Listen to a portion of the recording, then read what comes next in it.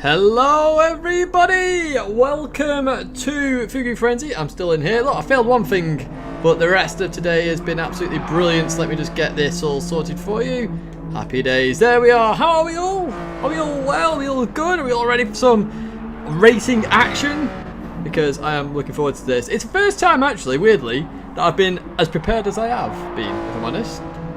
So, yes, I am looking forward to this. Hopefully you can hear me and all is good. Chat's gone very quiet very quickly here, so let's say I'm hoping you can hear me. Eating pizza, lovely. I had a burger earlier. Oh, and a Jaffa cake milkshake. I had the same thing as last time. Hello, hello, hello.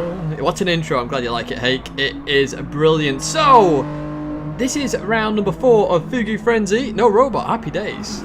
And I've actually changed my stream a little bit on my side, not on your side.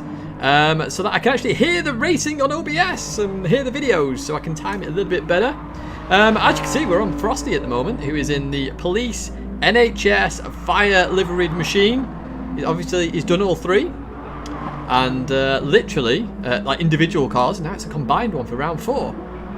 And Tidgy's prepared, that doesn't say, I know exactly, I'm never normally prepared, but believe it or not, I finished editing everything for Fugu about 20 past 7. Normally it's about 5 to 8, right before the stream starts, but yes. We have a special announcement later on, so in the 3rd intermission, you will hear or see or get notified about this announcement. Ooh, we hit a special milestone a while back and I've talked about it. But first, let's actually have a look at some of the liveries in here, of course. I jump to Aphelion, who has changed livery here. We're not running a TX3 livery here. 54 racers should equal 54 likes. That's very true. There's actually 58, so there was 59 competitors actually total, but a couple have had to drop out. We have Toad in. So there was a funny little discussion on Discord just before about blue shells and yeah, the car changing handling. So Aphelion's quickly lobbed Toad on the side of the Fugu there. We have Tsushia in that Falcon livery once again. And then we've got Tessie Smith here. Motor machine. Just quickly run through these. Now we are very much used to this Rothman's liveried machine here of Johnny Wito. Johnny Wito's had some fantastic performances. Waiting for an anime livery. We will see if there is one. Beck's in that silver machine there. Sony on the back. Did any of you manage to get a PS5? I certainly didn't. Let's jump to, there's people moving about here. Scourge, we haven't had a look at Scourge. Big number 1, is Scourge going to get number 1 today? We'll find out. We'll have a look at qualifying in just a second as well. Oh, we've looked at Frosty. Matman in that machine. Features a lot in the intro and is also obviously same livery here and now. Oh, I am mispressing buttons here. Obviously it's a new setup here. And, oh, Aaron, you legend. Thank you so much, mate. Just to let you know, folks, apologies to Aaron, I don't have the announcements coming up on stream yet during this commentary, really annoyingly. But I thank you so much, mate. Very much appreciated. Yeah, just thank you. That's all I can say, really. It's just come through my ear anyway. I heard it loud and clear. Jump to Lost Shelty. We had a brilliant battle last time with Ollie Polly, actually. It was a really good battle. Yeah, fantastic. They were side by side, overtaking each other constantly. We'll have a look at some of the previous race highlights during the intermissions. We then have W1, who was my missing driver, actually. So I'm glad W1 is now in. I can tick him off my list. We have full attendance for Split 1. Happy days. So W1 just coming around that last sector there. This is a very hard sector, this, to do in these cars. Literally the last corner especially. So obviously this left-hander. It opens up, but it comes back at you at the same time. And W1 demonstrating there how close to the limit you get, and the penalty gets applied very, very quickly. As we then go finally to TLE there. In a very brightly coloured, mixtured coloured, rainbow coloured car to some extent there. It's about to hit the left-hander. But without further ado, actually, let's have a look at qualifying. Let's find out who actually got pole position here. Because remember, the championship could be decided today. Jomas is the leader. Did Jomas get pole? Let's find out. qualifying at Sardinia B then happened over 4 hours with 59 drivers taking part. Now we did think that this would be the most spread qualifying to date. It turned out it was one of the closest yet in terms of Fugu FrenZy. Before we have a look at the overall results, let's have a look who made it into the top 10 by having a look at what times they got in which session and who actually is in that top 10. First up then is Scourge94. This was session 1 here, and Scourge crosses the line to initially get a 1:31.097. Now the fastest lap we'd seen was a 1:29. In terms of practice, was Scourge going to get any closer here as we head towards the line? You can see drop down to P3, up into P1 there with a 1:30.491. We then jump to Frosty in the same session. So this was Frosty's first lap. We did see that Frosty did go up in that provisional pole position, 1:30.571 there.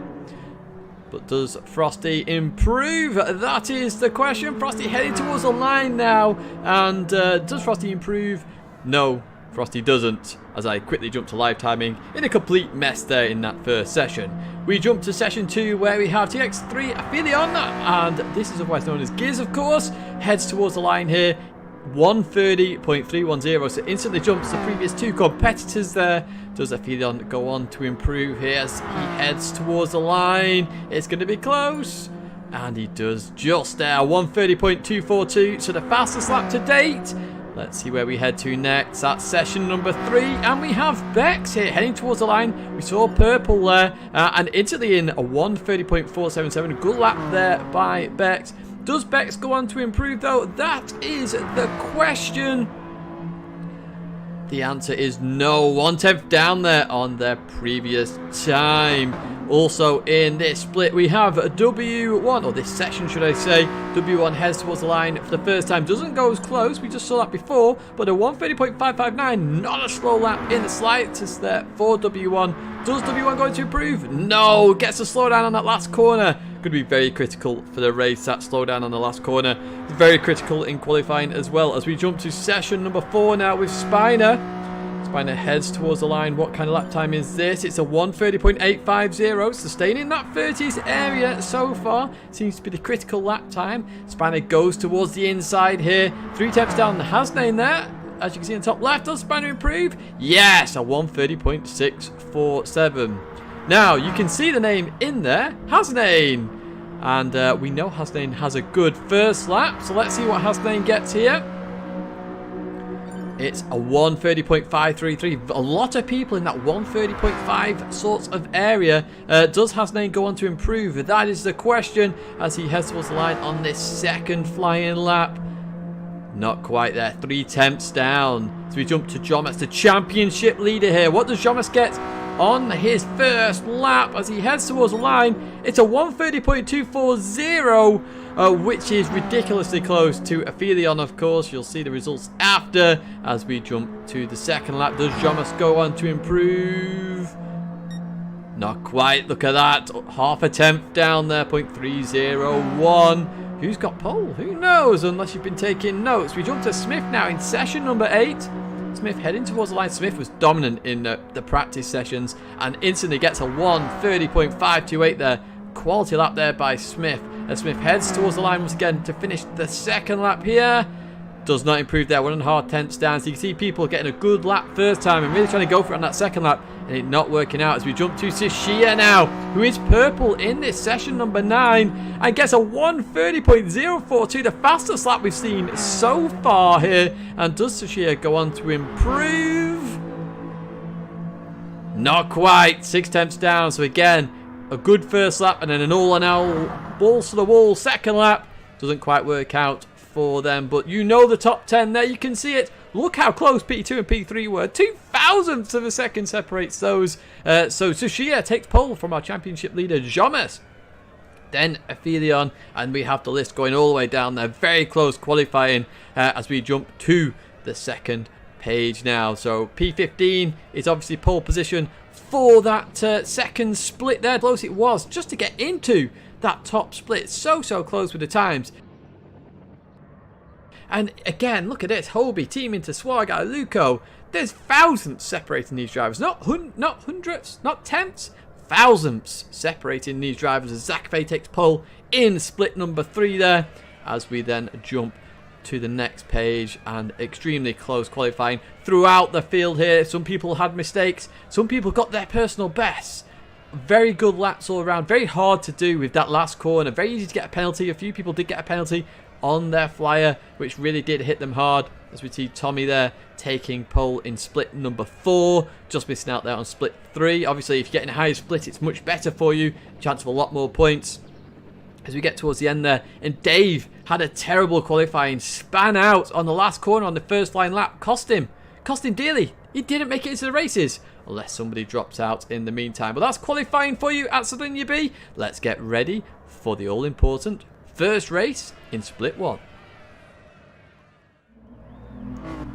Welcome back then, folks. So an interesting qualifying then, and even now I don't think Jomas has actually beaten that lap there in terms of the fastest laps at the moment, but so close.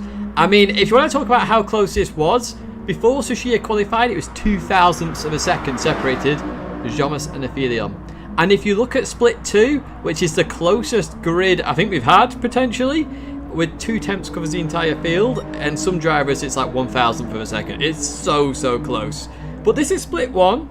And before we actually jump to the race, let's have a look at the championship standings, because we haven't done that yet, just to give you an idea of why Jomas could win the title here. Let's lob that on screen for you now. There you go. So you can see Jomas with a clear 30-point gap there to Tsuchiya.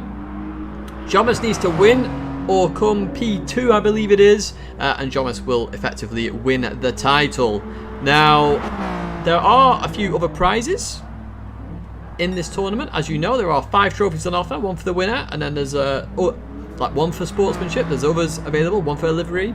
There's also going to be 3 gifts given out, which is going to be for the top 3, but this is like a really new announcement. You see there, look how close the championship's down here. Spiner to Budweiser, it's 8 points. It's crazy.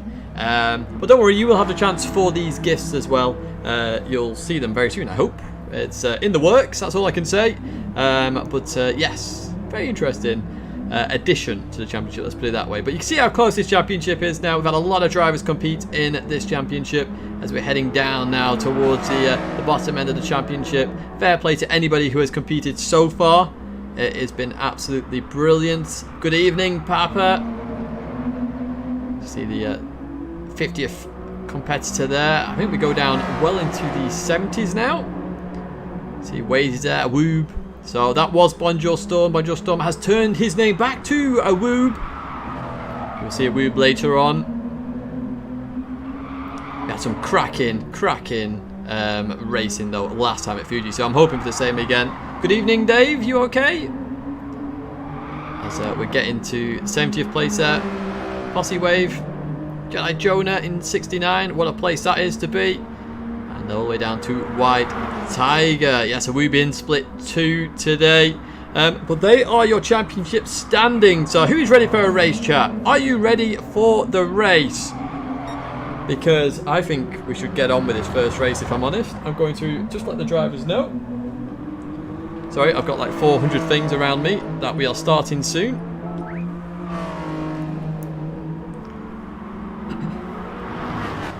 Biggest pleb so far. 5 red lights exactly. Blake's ready.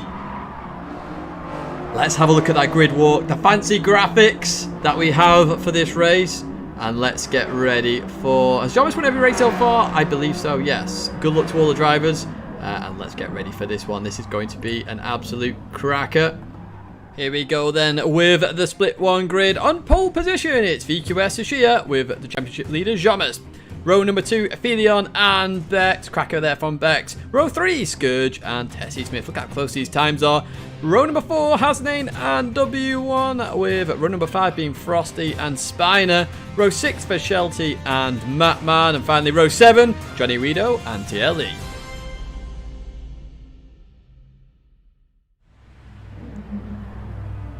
Oh, we still got championship standings on there. Let's get rid of those. Here we go then, folks. It's time for the race. There are your 14 drivers in this split 1 race. We have 20 laps here at Sardinia B. This should be a fantastic one for you. I'm so looking forward to this one. Let's see what happens as we get ready for those red lights. Remember, the start is not as easy as it looks. You know, you can't use traction control. There is some skill involved. We saw Raffo last week have an absolute stonking start. We have 5 lights. Are you ready? We are off! We are racing here at Sardinia B for this split one race. It looks like everybody has got away here. It looks like Sushi's had a bad start, and Thomas has had a pretty good start here, going up the outside of Sushi. Aphelios had an even better start here. We could be 3 wide heading towards turn 1. Let's find out. In towards the braking zone we go. Sushi on the inside, Thomas around the outside. Thomas gets that position. What a move there. Aphelios around the outside as well. We'll try and have a look further back at what's happening back there, but Thomas takes the lead here for the very first time on the very first lap. Here at Sardinia B, I'm expecting a lot of fighting here. Aphelion looking already down the inside here. It's the Frenchman on the other Frenchman, and not quite so far. But Thomas 3/10 gap there with Aphelion. So she had an awful start there. May have had pole, but all the way down to 3rd position by turn 1. As you see side by side action going on further back. Smith, Frosty, they're all fighting their Spiners. I think Spiners moved up a few positions here during all this. Have we had any big losers there? Not that I can see. So she is probably the biggest loser out of all of them so far. Obviously, we're talking about the race results here and not him as an individual. In towards the right hander. And this is a very tricky corner. I'm expecting some offs here during the night as Smith shows me there. A little bit of rear end action as we head up towards the left hander now. But Linus Stern, so very clean racing so far from this split one lobby. It looks like Frosty's not Frosty, sorry. Who's that? We'll get there. It was Frosty indeed. Frosty on the inside of Smith as it heads towards his left hander. Very dangerous corner to go side by side, but they go line astern then into that corner. Look how close this is. You can't separate these drivers. As Smith runs wide here. Smith's going to have dirt on his tyres. That's going to open up the positions here, and Smith will have dropped off that pack as well. So it could be 3 wide for these drivers. Is Mattman also? Is it Mattman? No, Hasling, apologies. Also ran wide. There's Frosty goes towards the inside here. It could be 3 wide, 2 wide. No, Spanner likes to keep it 2 wide for now. In towards the braking zone. It looks like Hasling got rid of that penalty very quickly, but lovely driving from these guys. And Smith still trying to get that position, but Frosty's going to have the inside here. What brilliant racing here. We'll have a look at the lead shortly. And we continue on round. And Frosty's going to keep that position. I'm sure it's a left-hander at this moment in time. And Frosty does lovely racing from all these drivers. Looks like somebody like TLE making waves through the field actually. Up to P12 now from P14. Let's have a look at the lead then. Which is Jomas and Aphelion. 3 attempts still separating. Oh, cheers, Telemetric. 3 attempts were separating these. It's now down to 2 attempts. You got me laughing already. That's not taking very long, has it? But through there goes Jomas, runs a little bit wide there. And you can see how hard that corner is. Look at everybody coming through that corner, piling through it. But Aphelion right on the tail of Jomas here. Aphelion trying to stop this Jomas charge. We'll offer blue shells later on in the race to make sure Jomas doesn't win this one, folks? As through the left-hander we go. That's all staying the same for now. So a 6-way technical fight there, and then there's a gap to P7. Jomas keeps it safe there. Looks like a few of these guys are keeping it safe. Let's jump towards that P7 battle with Frosty still leads. Smith runs wide again. Smith struggling a little bit here at the start of this race, and potentially going to lose out to Frosty here. See what happens. Smith in the practice race was absolutely flying in that race. So just a little bit not warmed up potentially there. Mattman goes defensive versus TLE a bit further back. Not going to quite work out. Hasnain further behind there, defending from Johnny Wheato. So Johnny Wheato's lost out quite a bit here. It's unusual to see Johnny Wheato lose out. Normally, Johnny Wheato's moving up the field, so struggling here a little bit. Also split one as well, so it's a lot harder to move up, of course. Let's jump to that lead battle. Still 3/10. Jomas leading the way so far. All Jomas has to do is breathe nice and easy. Has had issues with his wheel and the PlayStation, so hopefully he doesn't get a retirement, because we do want to see actual action here. As Aphelion gets close again. Not going to quite have it so far. It's a 5-way fight. W1's lost out there in terms of those drivers in front. So not going to have slipstream, which means Frosty. Is Frosty gaining? Frosty is gaining at a fair pace of knots here. Look at this. That could be in slipstream very, very quickly. And he's bringing a train of cars with him. Look at that for a camera angle. Oh my word, that was beautiful. Beautiful camera angles. Thank you, Gran Turismo, for those. And there we go. Frosty's bringing, or was bringing, look at that, full drift in towards the left-hander we go. How many points does P1 get? 110, I believe it is, from memory. Oh, W1 got an issue here. Hazard's on. Hazard's on. Not sure what's going on there with W1. Frosty going to go down the inside here. W1 potentially has an issue. I'm not sure.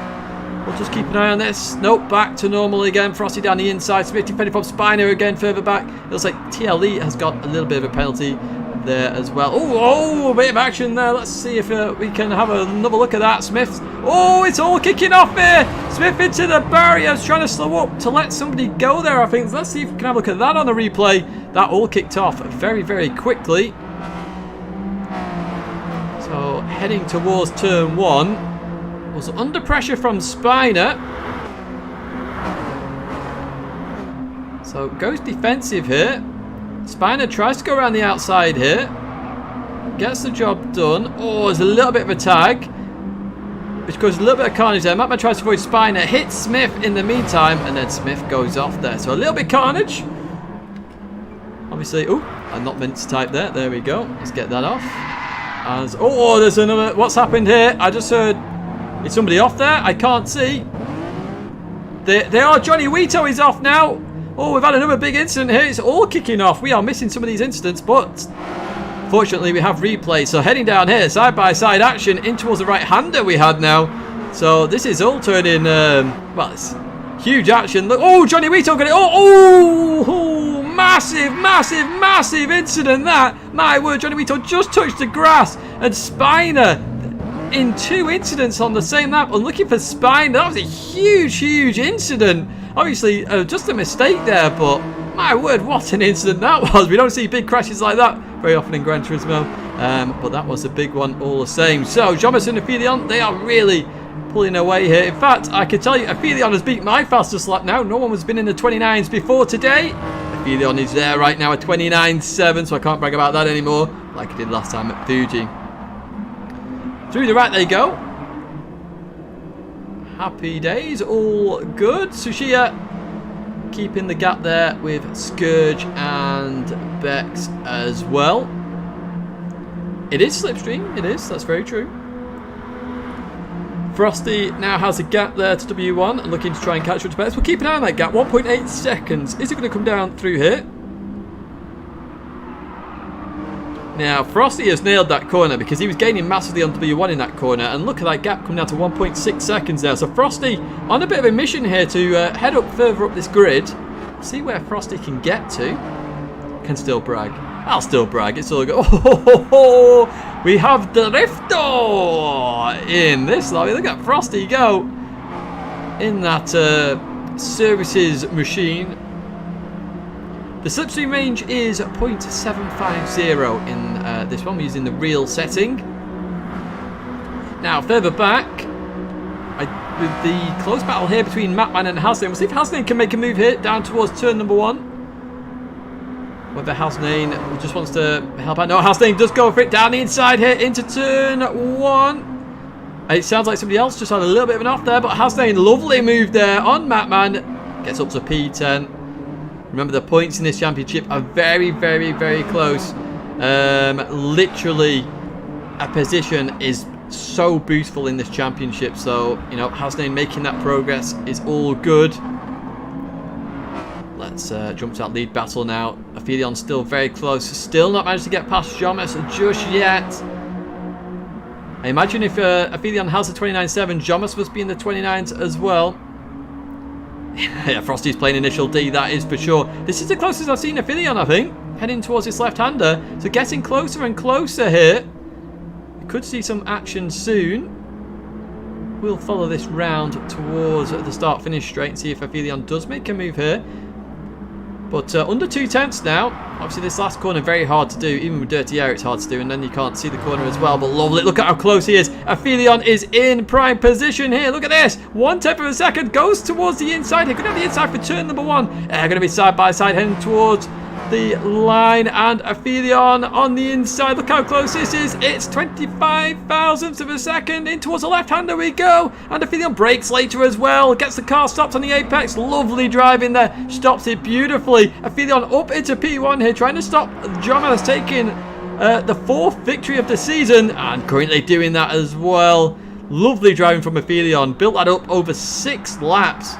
to get that P1 for now. But Jomas will be all over the tail of Aphelion. Really will be. Let's just have a look at Bex and Frosty. How's that gap down to 1.2? So Frosty definitely catching Bex at fair pace and knots. Also catching a lot of these drivers up front here. So Frosty potentially could go for a podium position here. That would be very nice. Let's jump to this battle then. Jomas right behind Aphelion. Looking. No, pulls back in for now. Very hard going to make a move at. We've already seen one major incident here through there. Ali. As in towards the left-hander. And yeah, Aphelion keeping that position for now. Showing some good pace here, Aphelion. In fact, breaks a little bit of a gap there. 0.3 of a second. But they have to be careful about fighting too much as well, obviously. Further back, Tsuchiya will be waiting. Tsuchiya is second in the championship at the moment. So through there we go. And we'll see if Jomas can make a move. Heading towards turn number 1. If you have any questions, remember you can fire them away in chat. You've got Stuart in the chat, you've got just friendly folk, other competitors, it's all good. Heading towards turn 1 then. Aphelion goes defensive here. Jomas trying to go around the outside. Is it going to work here? Oh, he has his brake late and he does it. Oh, can you ask for a better overtake? Can you? I don't think so. Look at that, beautiful. In fact, I think the hazards went on for Jomas there, so maybe Jomas just apologising or saying thank you. I'm not too sure. Aphelion looks down the inside again. That gap's come down by nearly 0.3 of a second now with Tsuchiya. This could get tight. Now, if you want to put an outside bet on anybody here, I'd put it on Frosty, you know. That's my outside bet. If you want to put a bit of money on there, Frosty is catching everybody up front. And obviously, if these two are fighting, Frosty will be catching these as well. So Aphelion looking down the inside here. No, not quite. In towards that right-hander we go. And not getting the move done for now. Oh, Jomas clips the gravel. Never good to clip the gravel there. But doesn't lose him too much speed. In fact, I was just looking further back here. That gap down to 1.1. So it's not closed as much as... Oh, say that. Look at that. Boom. Fires summertime in there, does Frosty. Now, where are our other battles? There we go. We get the words out eventually. W1 dropping another place there to Lost Shelty at some point. And, yeah, down into P8 now. Was in P6 at one point. Let's jump to that lead battle, though. Best not take our eyes off of this. As Jomas heads towards turn 1 here. Defensive against Aphelion. Aphelion using all of the track there around the outside. Oh my word, what a beautiful attempt at an overtake by Aphelion. Not quite worked. Jomas keeps that momentum, keeps that position for now. But lovely attempt there by Aphelion. And weirdly, they are still pulling that gap again now. They're not fighting too much. This is live, Baz. This is right now as it's happening. In the lobby, it's all good. As if. How do you join and qualify for this brilliant championship? Unfortunately, because we are nearing the end of the championship now, we've got 2 more rounds after this, entries are closed.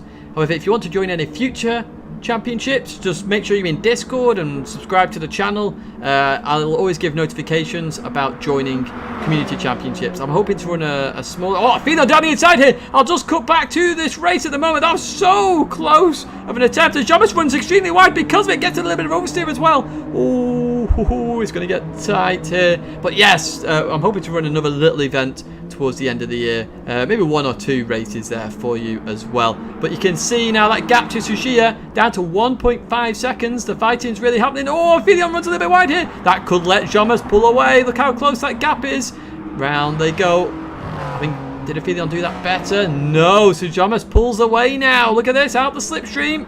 It's broken. We'll see what happens as we head towards the 3/4 mark. 5 laps from now.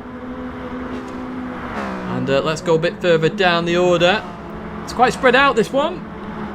Except here with Matman, who runs extremely wide here, fighting with Spine. And our Spine has been very unlucky in this race. Had a little incident with... who was it? I can't remember who it was now. Oh, Smith. It was with Smith, wasn't it, earlier on? And then got absolutely ploughed by Johnny Wheato. But it was just unlucky. Johnny lost his... lost control of his car, if I get the words out correctly, and just collected Spiner. It was so unfortunate, but Spiner back up to P12 here. Johnny will be kicking himself after that one, though. Very easy to do in these cars. If you're wondering what they're running, do check out the description. All the rules and documents are there. And yeah, you basically intermediate tyres of performance. So let's jump to the lead now. Jomas is now pulling that. Lost his what? What? No idea. Through there we go. And Jomas is sort of maintaining that gap now. It's slightly increasing.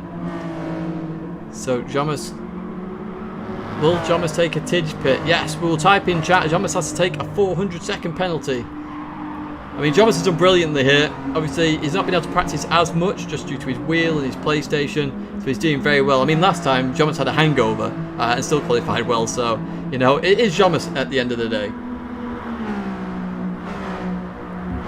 But that gap just under a second again. So it might be interesting to see if Aphelion and Tsushia work together. You're going to jump further back. It looks like somebody just ran extremely wide. W1, I think, still potentially having issues. I thought Spiner may have just ran wide there. Mapman's gaining a heck of a lot here. Heading down towards turn number 1 again. Is Mapman going to look? No, way well too far back at the moment. So line astern through there we go.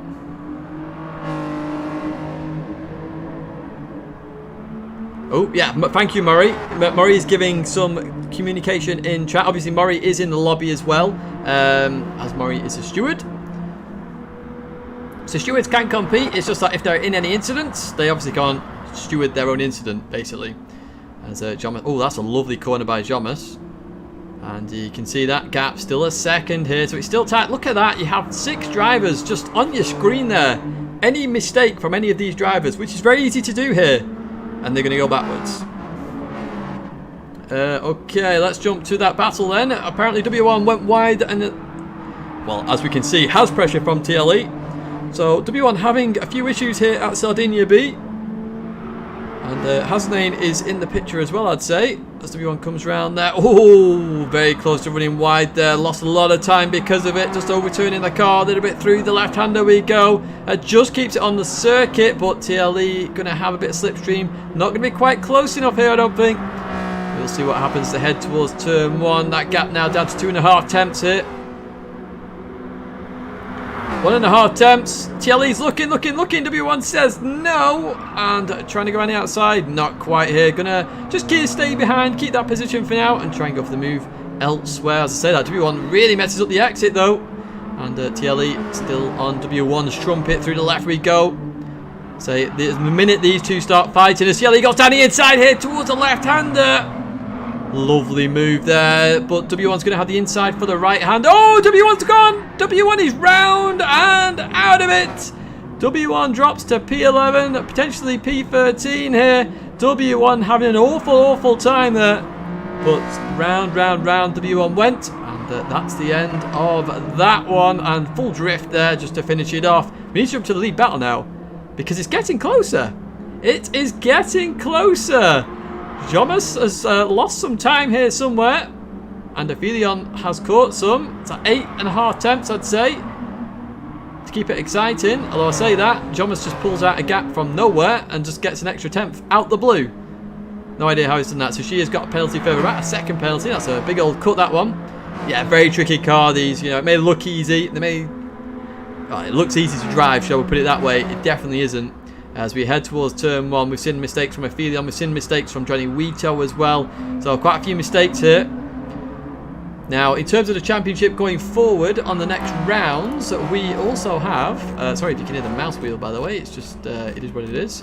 I need to get to the rounds. We are racing in the wet in round 6, of course. And then we've also got Senqua B, which is round number 5, and that is going to be a heck of a battle royale, I imagine. Very wide circuit, lots of overtaking, lots of slipstream. Very easy to make a mistake and actually not suffer from that mistake at Senqua B. Obviously the French are going to be very good there, I imagine. Their home circuit. In towards the right-hander we go.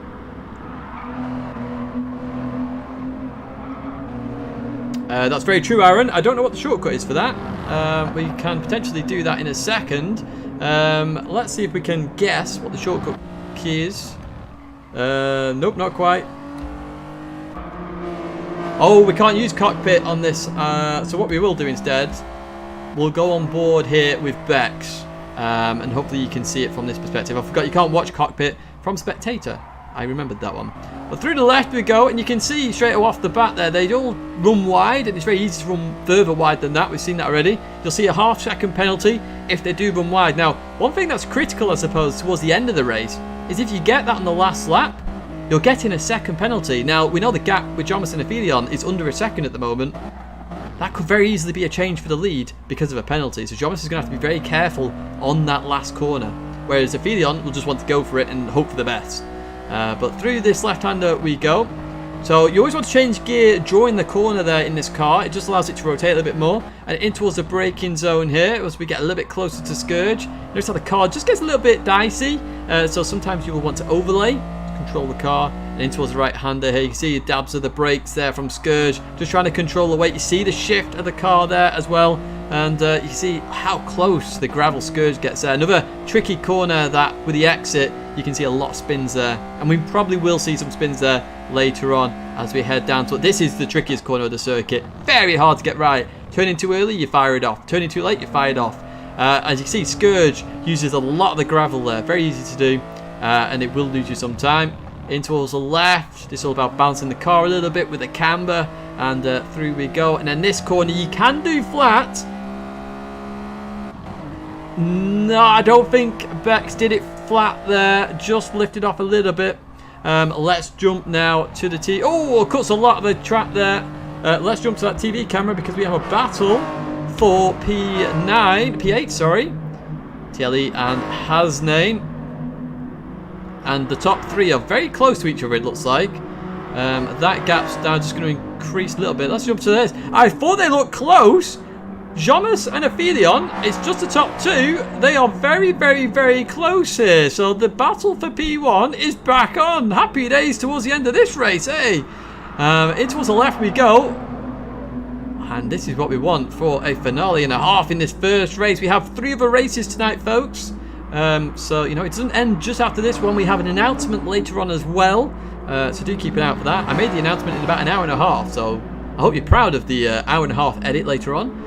It's quite good in my opinion, but hey, I'll let you decide that one. But in towards the right-hander we go, and Aphelion in that slipstream now, so just going to probably hold off, try and get an understanding of where to make the move on Jomas, and then make it on the last lap potentially, or maybe force Jomas into a mistake.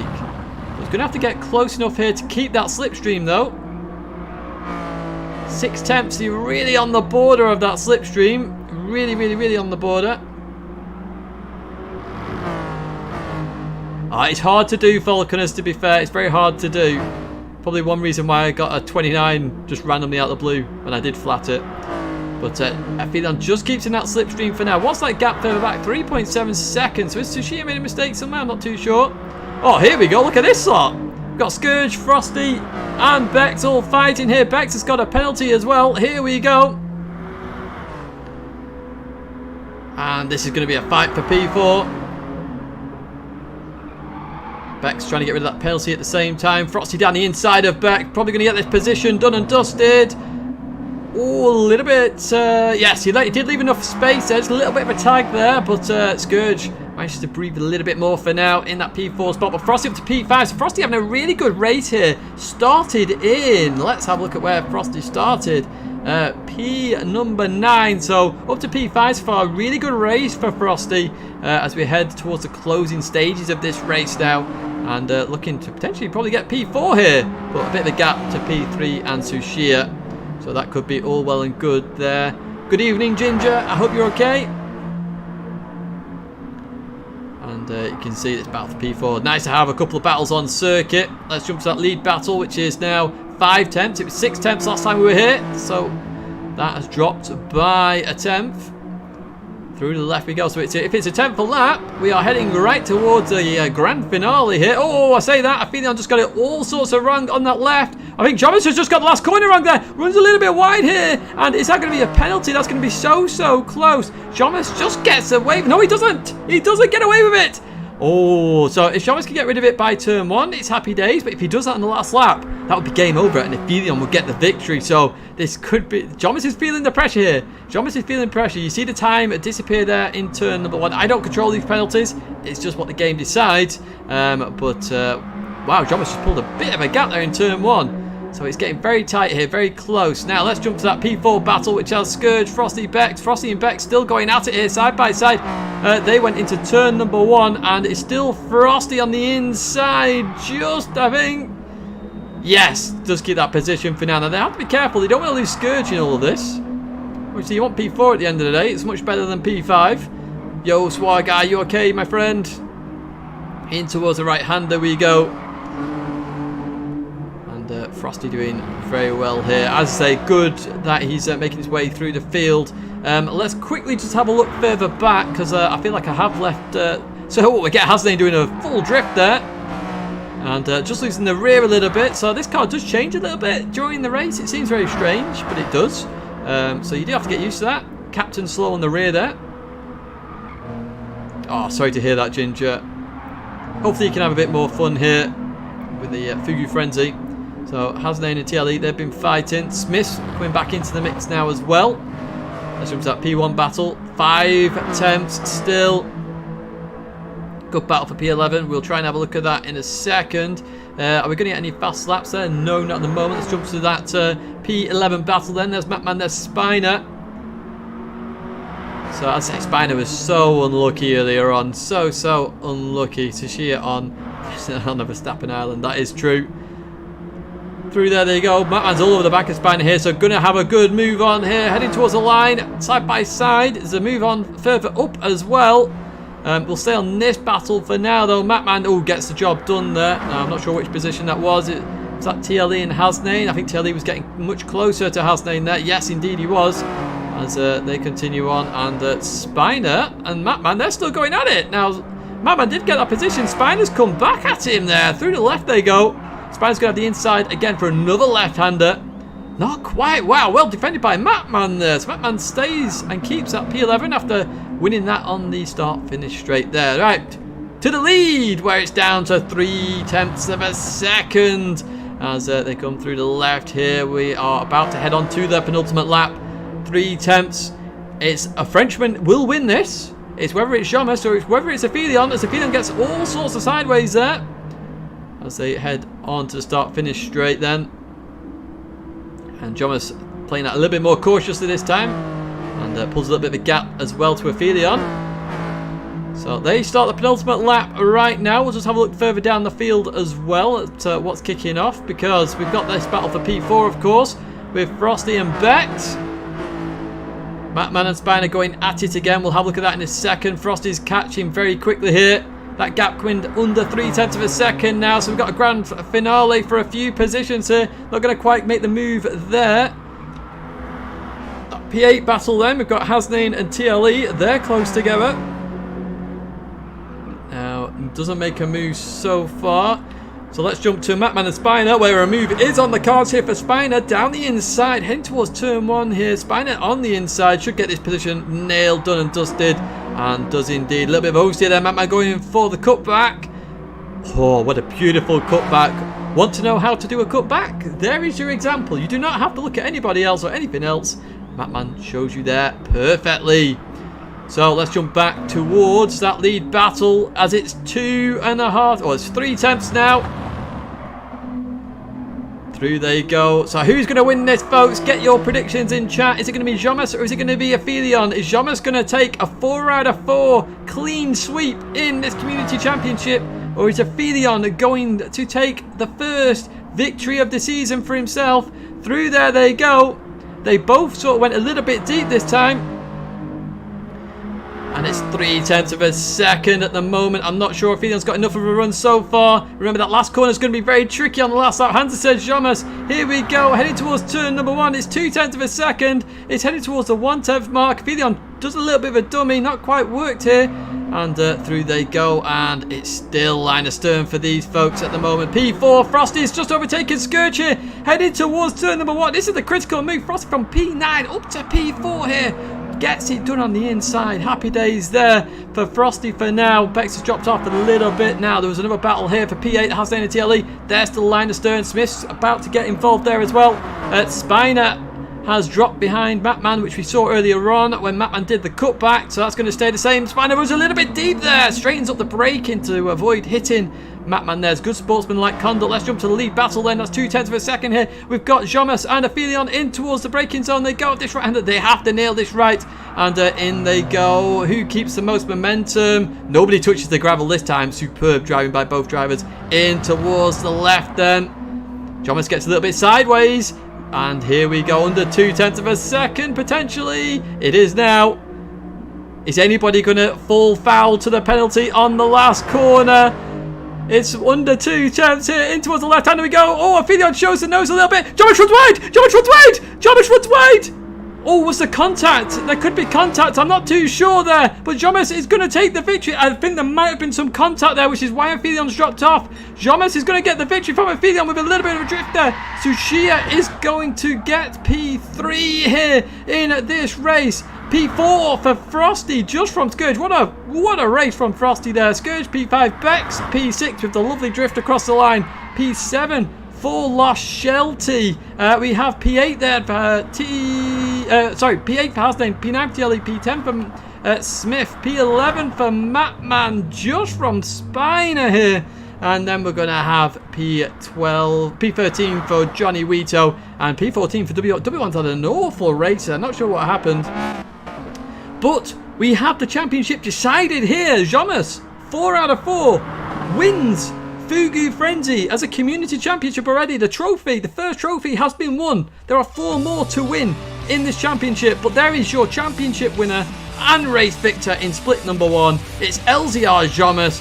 What a fantastic victory there. Let me just save that replay and let's just have a provisional race results there.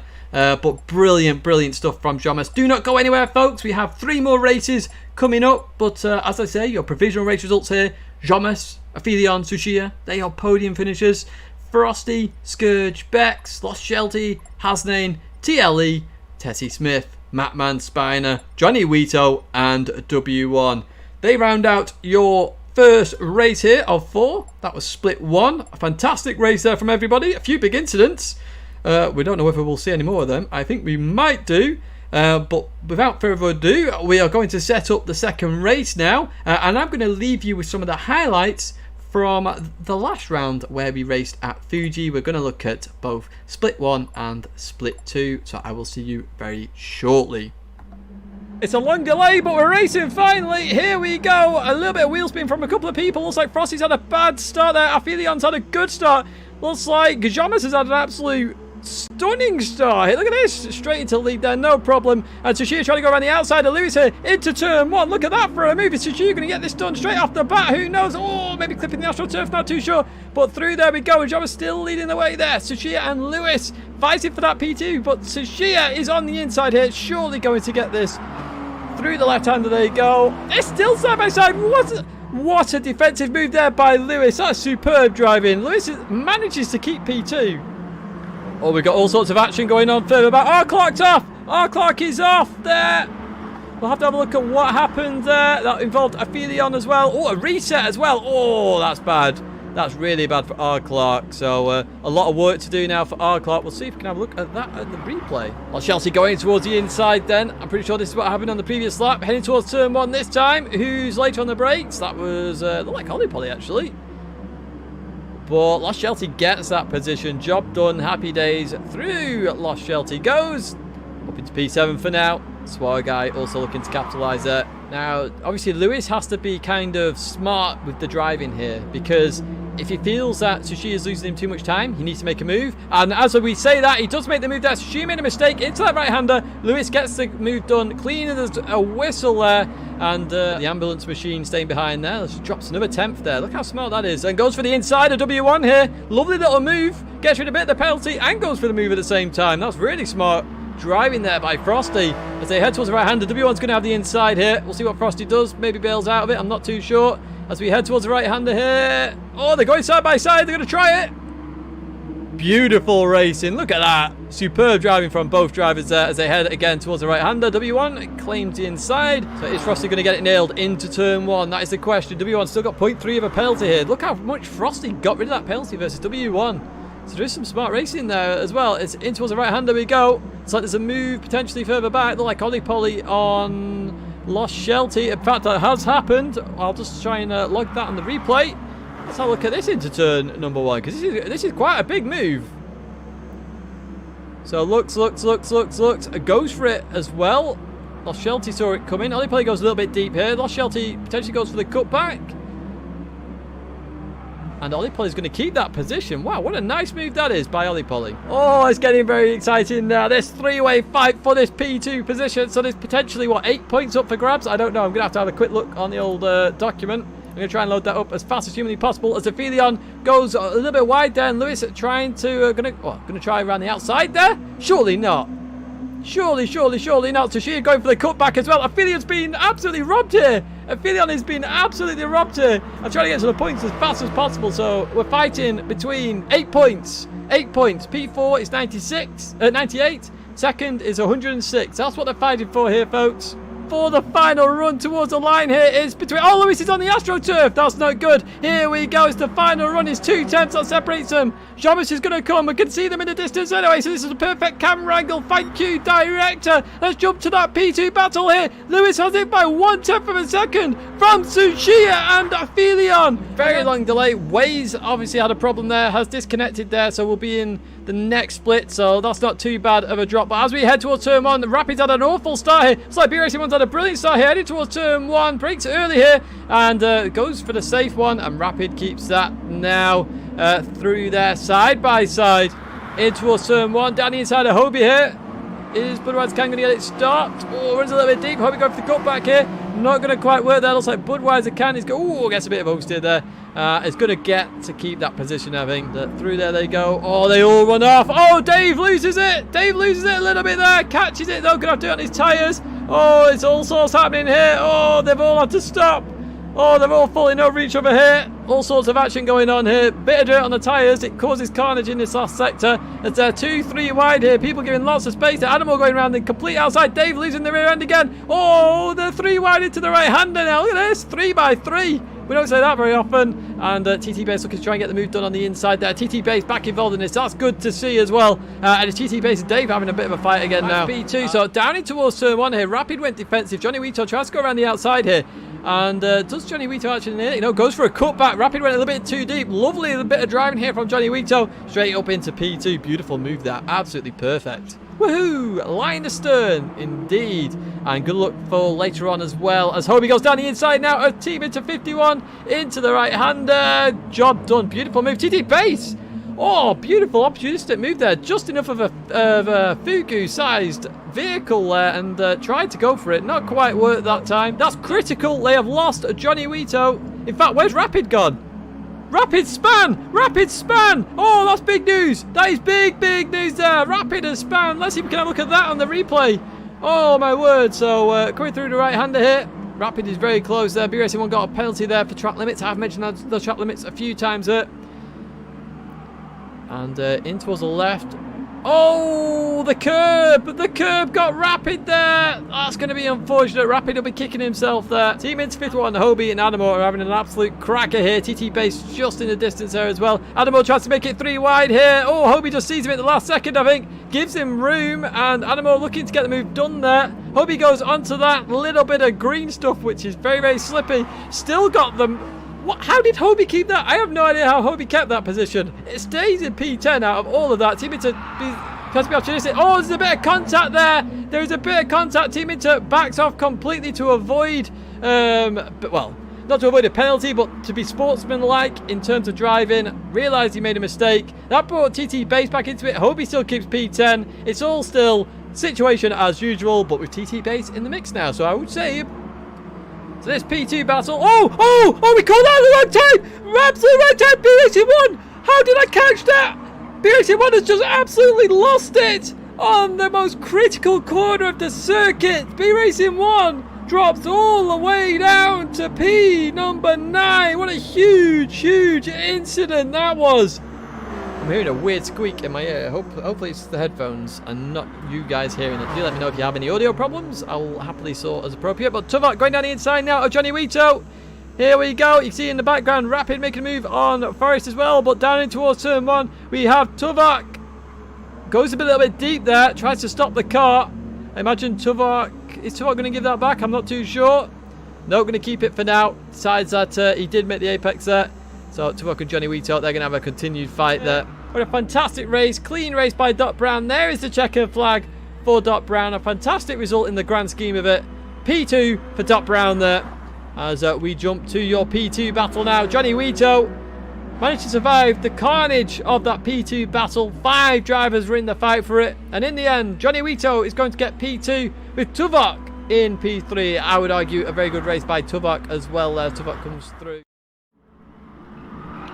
Welcome back then. And this is split number 2 then for this round 4 at Fugu FrenZy. Jonas is in chat. He is the championship winner, or provisionally, unless he's done something wrong. I assume he hasn't because we saw most of the race. So congratulations to Jonas. 4 out of 4. Very hard to do. The championship is very, very close. So it's actually amazing to do. So fair play, Jonas there. So we are going to do what we normally do, and that is go through some of these lovely liveries. Let's start off with Tuvok then, who we are very much used to. We saw Tuvok actually in the highlight video just then, in that Nissan livery. Obviously it's a modern Nissan livery. It's the one shown on the GTR usually, GT3 car. Let's jump to Mikey Michaelton, who's jumped into the lead there. We've got Turtle Wax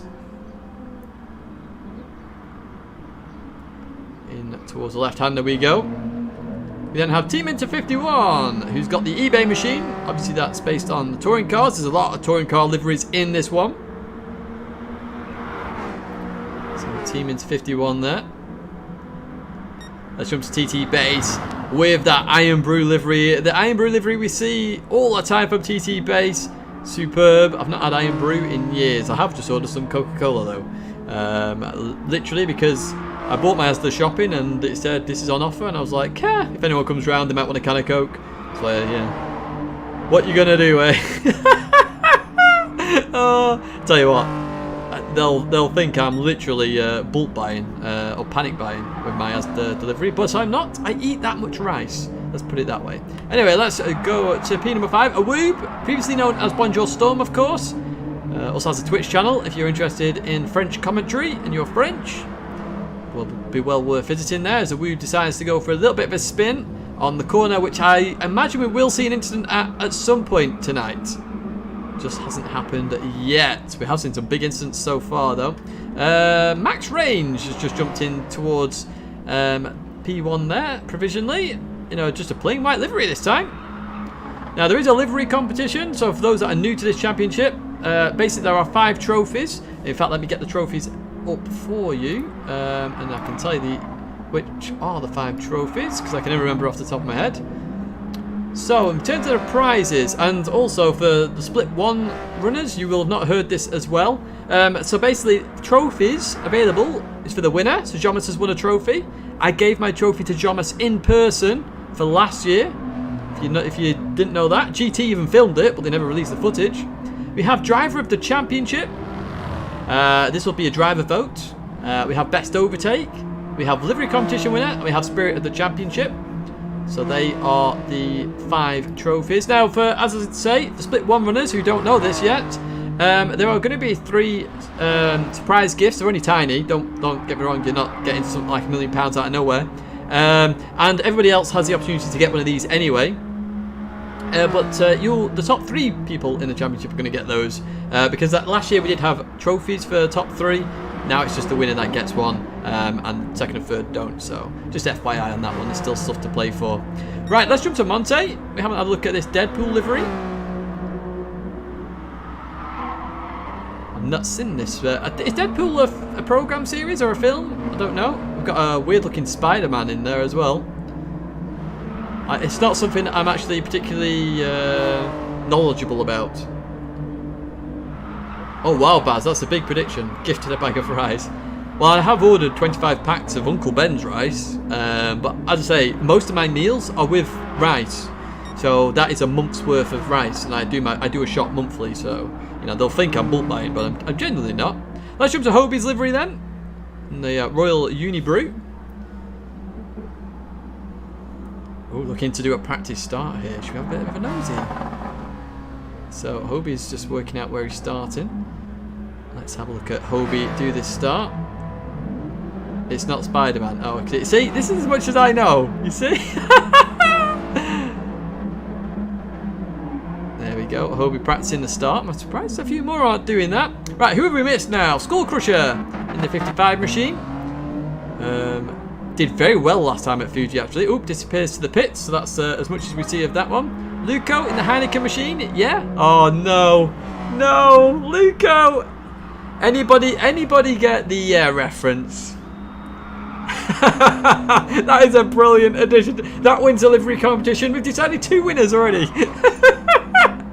That is fantastic. Oh, my word. What are the chances? Hello, Lunchbox. Good evening, my friend. Hopefully you'll enjoy the racing. Triple N81 also doing some practice starts here. Yeah. If you haven't seen the Tipsy Tid stream, that is obviously available on YouTube. Drunk Tid, yeah. Now, have we... Raffo. I missed Raffo last time. Raffo's just gone up a position, which didn't help me there. There we go. Raffo's in a new livery, I think, actually. It was a Guinness machine last time. It's now a Valentino Rossi machine. Must be. I think so. Don't quote me on that, right? But I think we have seen all the liveries now. I think it's about time for a second race. What do you think, folks? I think it is. I'm going to tell all the drivers we are starting soon. The great thing is we've had very few dropouts, so the grid walks are actually all right tonight, apart from the last one maybe.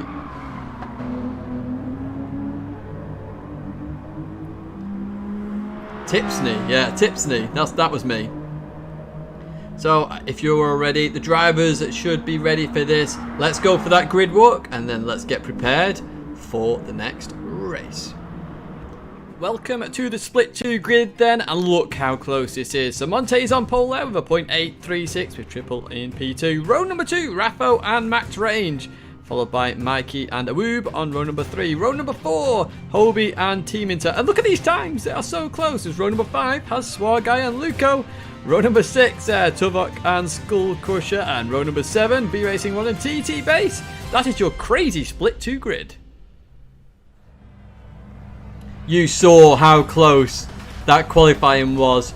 0.2 of a second. We were talking. I think one set of drivers. I think 8 drivers, 9 drivers with 0.1 of a second. This is going to be close.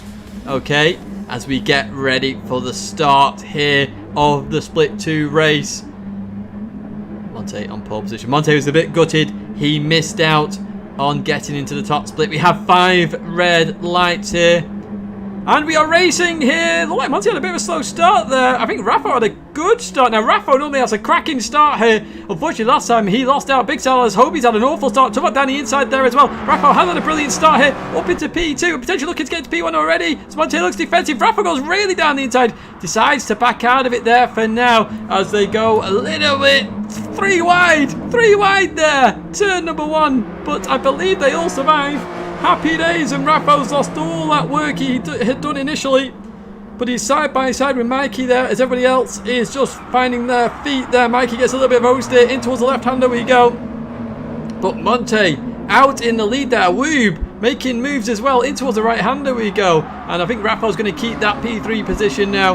Mikey looking to keep P4. Skull Crusher's on the outside there of Luco a bit further back. Well, another clean start here. Well played to all drivers. Brilliant stuff. Look at that for a cam. Look at all those cars coming down the hill there. It's unfortunate we can't have even more cars here. Max Range just gets on the inside of somebody there. It's going to be 3 wide there. Swag Guy, Team Inter and Max Range. They survived that. How did they survive that? That's incredible racing from those drivers as Tuvok is looking to make moves as well. And P9 for Tuvok so far. Team Inter gets all sorts of sideways. Oh, Team Inter's in the gravel there. A little bit of contact with Tuvok, but manages to hold it there. Well held by Team Inter. A little bit of lag there as well. Hopefully it all settles down a little bit here. In towards the left-hander. Everyone's good. Oh, I just broke a little bit deep there to Team Inter 51. Team Inter's going backwards here. Going all the way to the back at the moment. But good racing, good opening lap here from a lot of people. Potentially going to see some action heading towards turn 1. In fact, speaking of which, we've got a penalty for Raffo. Must have ran wide at the last corner. Got for a move on triple 81. Anyway, in towards the left-hander we go. Not going to quite work for now, but that penalty disappears for him very nicely. And through there we go. Cleanest turn, then through the lefts. And then we head towards the short left. The Whoop's looking very racy there. We've got a lot of green machines in this one, I've just realised. Lots of green and white. Green, the colour of the day. It's very close. Look at this. Brilliant racing from everybody. So who's your pick for this race then, folks? Is it going to be Monty, who's out in the lead at the moment? Around 2 seconds in the lead? Or is it somebody else? Do you fancy somebody coming through the field here and making an impact in this race? Let me know in that chat. As you see up ahead, Raffo, triple N81. Very racy there in towards the right hander as triple N81 span a difficult corner. Will be absolutely kicking himself all the way to the back of the grid. Triple N81, so sorry to see that, but I expect to see more of those tonight. Raffo up into P2, Mikey into P3 then. We'll have another look at that incident shortly. We've had a few incidents tonight. As Raffo gets all sorts of sideways as well. Going to run extremely wide here. That's going to give Mikey a position potentially. Raffo catches that one though. Lucky to catch that one. We've had some crazy incidents then. 0.5 penalty to boot there. That's Gran Turismo's lovely little system where it doesn't work very well. As a Whoop whacks on the hazards there, so maybe some bumper drafting or help going on there. A Whoop down the inside of Raffo then. Max has to back out of it a little bit there. No, wow. Raffo keeps that position somehow. Well played by Raffo there. As they continue on a Whoop and Max range side by side here. This is giving Monte a lot of breathing room here. Monte will be very happy with this. Raffo's off! Raffo's off into the barrier there. So Whoop down the inside potentially here. Going to get up into that P3 position. The Swart guy's getting in the mix as well. It's all kicking off here. A little bit of contact there. A little bit of oversteer moment for Max range. In towards the right hander we go. So Raffo drops to P5. The winner in all this one is a Whoop at the moment. A little bit of the gravel there as well. It's getting exciting here. They're 3 wide. A little bit of a tag there as people are just racing. Swar guy. How close to the barrier was that? Oh my word. The light must have flashed before his eyes. They must have done there. Oh my word. As Swar guy now on the inside of Max range. Lovely racing here. This is exciting, isn't it? Oh my word. I need to have a voice by the end of tonight, folks. Please, let's go down a little bit. I can't even keep up with what's happening further back, because I think there's a fight for P9 there as well. Let's see if we can have a look at that quickly as Max range leads that train of cars. That was Luco. Got Team Inter, B Racing 1 in there as well. And then TT Base at the back of that queue as well. But this is so tight. So tight. Swar guy then leading the pack here. 0.5 of a gap, 0.6 of a gap. Looking to break the slipstream here. Could break the slipstream here because further back we've got 3 wide here. 3 wide. This is brilliant for Swar guy to break away as well. As they head towards turn 1. I don't know who's going to get this one. Skull Crusher down the inside then. Skull Crusher making some serious moves here. Tuvok runs wide. Tuvok runs wide. Was there any contact there? There was contact. Look at that. That is brilliant sportsmanlike conduct there between Raffo and Tuvok there. Tuvok says thank you for waiting up as well. Good sportsmanlike conduct. That's exactly what we want to see here. A little bit of tag. We all make mistakes. But literally waits up, carries on. There is a sportsmanlike trophy. That is very well going to go in there, isn't it? Right, let's jump to that. It's going to be a P5 battle now. I have got lots of water on standby, don't you worry. Skull Crusher started in P12 and is up to P5. This is an astounding performance by Skull Crusher. P12 to P5. Let's see if Skull Crusher can make his way further up this grid. But brilliant effort here. Luco runs a little bit deep there. A little bit deep. Breathe. I can breathe. I'm breathing for days here. I need to do more cardio though, don't I? That's for sure. But Skull Crusher leading this pack of cars so far. Max, got another bit of an incident there. Team Inter went off. I think Team Inter went off earlier there as well. So Team Inter liking the rally crossing at the moment. As Luco goes off now versus Hobie. In towards the left they go. Very tricky circuit this. I said this earlier. Split 1 made it look easy. Split 2 are making the action absolutely nutty here. Look at this. Line of stern through there they go. I imagine Tuvok and Raffo are going to get back in the action very, very soon. They didn't lose massively there. There's actually some action further back. TT Base now. This is one of the best races I've seen from TT Base at the moment. Looking to make moves down the inside of Luco there. Up for P9. We've got Drink versus Drink here. Iron Brew versus Heineken. But Heineken keeps that position for now, with eBay getting involved in there as well. All these sponsors going on here. So through the left they go. And they're going to keep those positions for now. P2 then, Mikey Michaelton. 3.5 seconds off Monte. 2 seconds ahead of Awoob. Now, Awoob had a fantastic race at Fuji, which we'll see later on, actually. Really pulled up a gap on somebody. Got into P2 and just went for it up to P1. And actually won the race in the end, I think, from memory. But you can have a look at that a little bit later on. That is the next intermission that you will see. And then after that, of course, we have the announcement. The announcement that you may be interested or may not be interested. It's entirely up to you whether you will be interested in it. It is an event for you folks, and it is something you can take part in as well. But look at this. P4 down to P14. That's all on your screen right there. Anybody can take this. Lots of points available for you as well. Oh, lots of action going on further back there. Luco and TT Base are still at it. The Drinks versus Drinks, and it looks like TT Base has got that position. I'd say one of the best races I've seen for TT Base. Luco goes, oh, Luco catches it though, and a little bit of contact then with 81. Not much Luco could have done there, to be fair. He didn't have control of that car when he was spinning all over the show there, so Luco drops down. Very, very, very hard to control this. Very hard combo, this one. So split one made it look easy. It's looking a bit harder here now as here scores. Wow, Swar Guy with the lunge and half there. And then Skull Crusher weirdly got a boost from Max Range and gets the position back. One of the most random overtakes we've seen in this entire championship there. But Skull Crusher keeps the position somehow. But fair play to those drivers as they head in towards the hill on the left-hander there. What a strange overtake that was, eh, folks? Right, here we go. So TT Base over the back of B Racing 1 now. TT Base making some serious moves here as well. So it's good to see TT Base having a really strong race here. Oh, wow, Max Range has just gone absolutely to Narnia there. My word, what happened to Max Range? I said there'd be an incident there at some point. And there you have it. Gonna have to be careful coming back on. But loses all sorts of positions here. And Luco going down the inside here. This is going to get a little bit risky. Oh, Raffo's gone too deep. Surely Raffo went too deep there. Yes, he did. He's gone to Narnia. Oh, my word. I saw that a mile away. Oh, Raffo literally went to Narnia. Right, let's see if we can have a look at this this incident with Max Range. What happened with Max Range then? In towards the right-hander we go. And so Max Range just loses the rear. Completely loses the rear with accelerating there. And off into the barrier he went. And that was the end of that one. Wow. So Max Range down in that P12 position at the moment. My word, I'm struggling to keep up with this. Skull Crusher pulled away with Swar Guy there. And are they catching Awoob there? They are. And Awoob's not catching Mikey Michaelton. I think Awoob's made a mistake somewhere, actually, if I'm honest.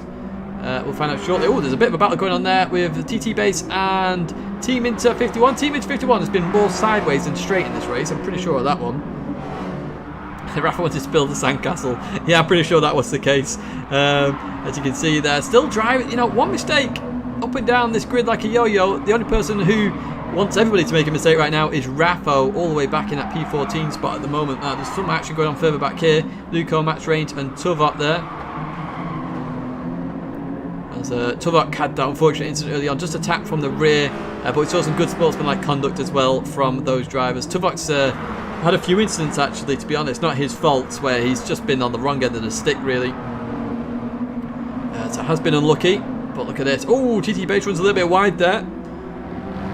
Hobie in P6. I see Hobie doing well as well. Hobie's had a few spins in this championship, so Hobie hanging on at the moment in Steve's position. Oh, look at B Racing 1. Look at that sideways action. We shouldn't. Do you know what? I should do some slow-mos of some of these drivers going full Tokyo drift in these cars, because it's absolutely brilliant. Let's look at TT Base under all sorts of pressure here. Team 51 and 81 right there for you. So TT Base could get mugged here completely. 3 wide, I'm sure, heading towards turn 1. Let's wait and see. And then we're going to go for the Moses maneuver. Teammate 51 decides he wants to have a look here. 3 wide, heading towards turn 1 here. 81 on the inside. TT Base, I think, has backed out of it a little bit there. Left loads of space there. Good, brilliant driving from all 3 drivers there. Look at this. This is the kind of racing you want in Gran Turismo, isn't it? It really, really is. And look at that, beautiful action, beautiful, beautiful, beautiful. Triple 81 down the inside, then a TT base. Surely going to get this done now. We have a long left-hander. There you go, happy days. TT base going for the cutback though. Not going to work out though. Right-hander coming up next. Right, where do we look here? Where do we look? Because there's all sorts of action happening everywhere. And I am actually unsure where we should look. I know at the moment we've not looked at Monte once. So Monte just having a nice peaceful race at the moment. What is that gap? We'll keep an eye on it. 3.3 seconds, 3.4. Wow, it's going up fast. So Monte having a superb race here. Really is having a superb race. So is Mikey, to be fair. And then literally, it's anyone's race now. Skull Crusher's got past a whoop and all of that. I'm not sure we saw that. There's a little bit of a flash of the hazards there. So maybe a dive. I don't know what happened there. Through the left-hander we go as we're going to head on to the left-hander, the last corner. Nobody runs wide this time, but there's going to be some action there, I'm sure, because the Whoop's going to have slipstream on Skull Crusher. So are we potentially going left here? Is that an indicator from Skull Crusher? It is an indicator. It's like telling a Whoop to go. So not defending it. That's interesting strategy from Skull Crusher there. Backs out of it completely. And the Whoop gets that position. Happy days for those folks. Hobie still in P6, P10 for P Racing 1, P8 for Team Inter. Team Inter's been up and down like a yo-yo in this one. P9 for Triple N81, P10 for TT Base, P11 for Match Range, P12 for Luco, P13 for Tuvok. You know who's in P14 there? It's Raffo, who went to build sandcastles. And at the moment, Tuvok looking, not quite, pulls back in. As we have the air on the side of that machine. I'll say, if you don't know what the air's from, go check out Tipsy Tidge. The air is from there. Right, let's go to this P4 battle. P3 battle, sorry, not even P4 battle. Woob now looking to pull away. Monte with a good faster slap there, actually. 130.6. That is a top split speed. Oh, Skull Crusher gets it wrong there. Gets it wrong under braking. Manages to survive, though. So well caught in the grand scheme of it. But Skull Crusher gets it all wrong there. Loses the position to Swarguy. Going to have to try and catch back up to Swarguy. But now out of the slipstream. The lunge may have been a bit dodgy. It could have been the case. Could very well have been the case. There was some hazards there. You know, people make mistakes. You know, you got to go for some moves sometimes. But it's nice to see sportsmanlike conduct, as I say. That's the whole point of this championship as well. It's for fun. So we want to see sportsmanlike conduct. That is why there is a trophy for it. As we see the Danes here. Hobie and Triple N81. Line astern. They obviously like the colour green as well. As I say, it's full of green, this lobby. In fact, Tuvok's made a few moves here, I think, further back. Triple N81 going for it? Not quite. Let's go further back here. TT Base has lost out somewhere in all of this. So the drinks are... Team Inter is off. Where was Team Inter off? I missed that one. Let me just see if I can have a look at that one at some point. But the drinks are back together. Luco and TT Base. As Luco runs a little bit deep there, as does TT Base. Oh, that was the wrong car. Here we go. Awoob and Swarguy. Nothing really changing with these folks. Yeah, it could be to avoid as well. You got to remember, you know, you have to brake in a straight line to really stop the car. So if you go and turn to try and make the corner while you've outbraked yourself, you're just going to hit the car in front. So it is good sportsmanlike conduct there from a lot of drivers, which is, as I say, nice to see. There was 2 penalties applied in the last race for those interested. I think Branchy got one and Jaeger got one as well. And obviously you will see the instance. You'll see the incident with Jaeger. That was just again a mistake. It's a mistake that everyone happens, but it caused a major incident, so we had to apply a penalty there. Yeah, that was that basically. Let's jump to P8 as Max Range of Triple N81. This fight is brewing according to Murray. Oh, Triple N81 runs wide there. Oh, just catches it. So Hobie's actually just gone like the wind up front there in P7. Match range on the inside of Triple N81. It's going to bring the Canadian of Tuvok into the mix as well. So in towards the braking zone. Max range gets on the inside of Triple N81. Tuvok's now in the mix as well as they come through that turn 1. Luco and TT Base are going to be there as well. So this could turn into a 5-way fight for that P8 position very, very quickly. It depends how aggressive they're going to go at each other here. As Triple N81 looking to try not to run too wide there with that understeer of the car. Very heavy front end on these Fugus. As through we go. And Triple N81 trying to defend from Tuvok there. Just managing to do it so far. A little bit sideways though. Losing a little bit of time there to max range. Let's now have a look at P3. Is that all still the same? It is. Skull Crusher back in the mix as well in terms of slipstream. B Racing 1 just outside of that at the moment.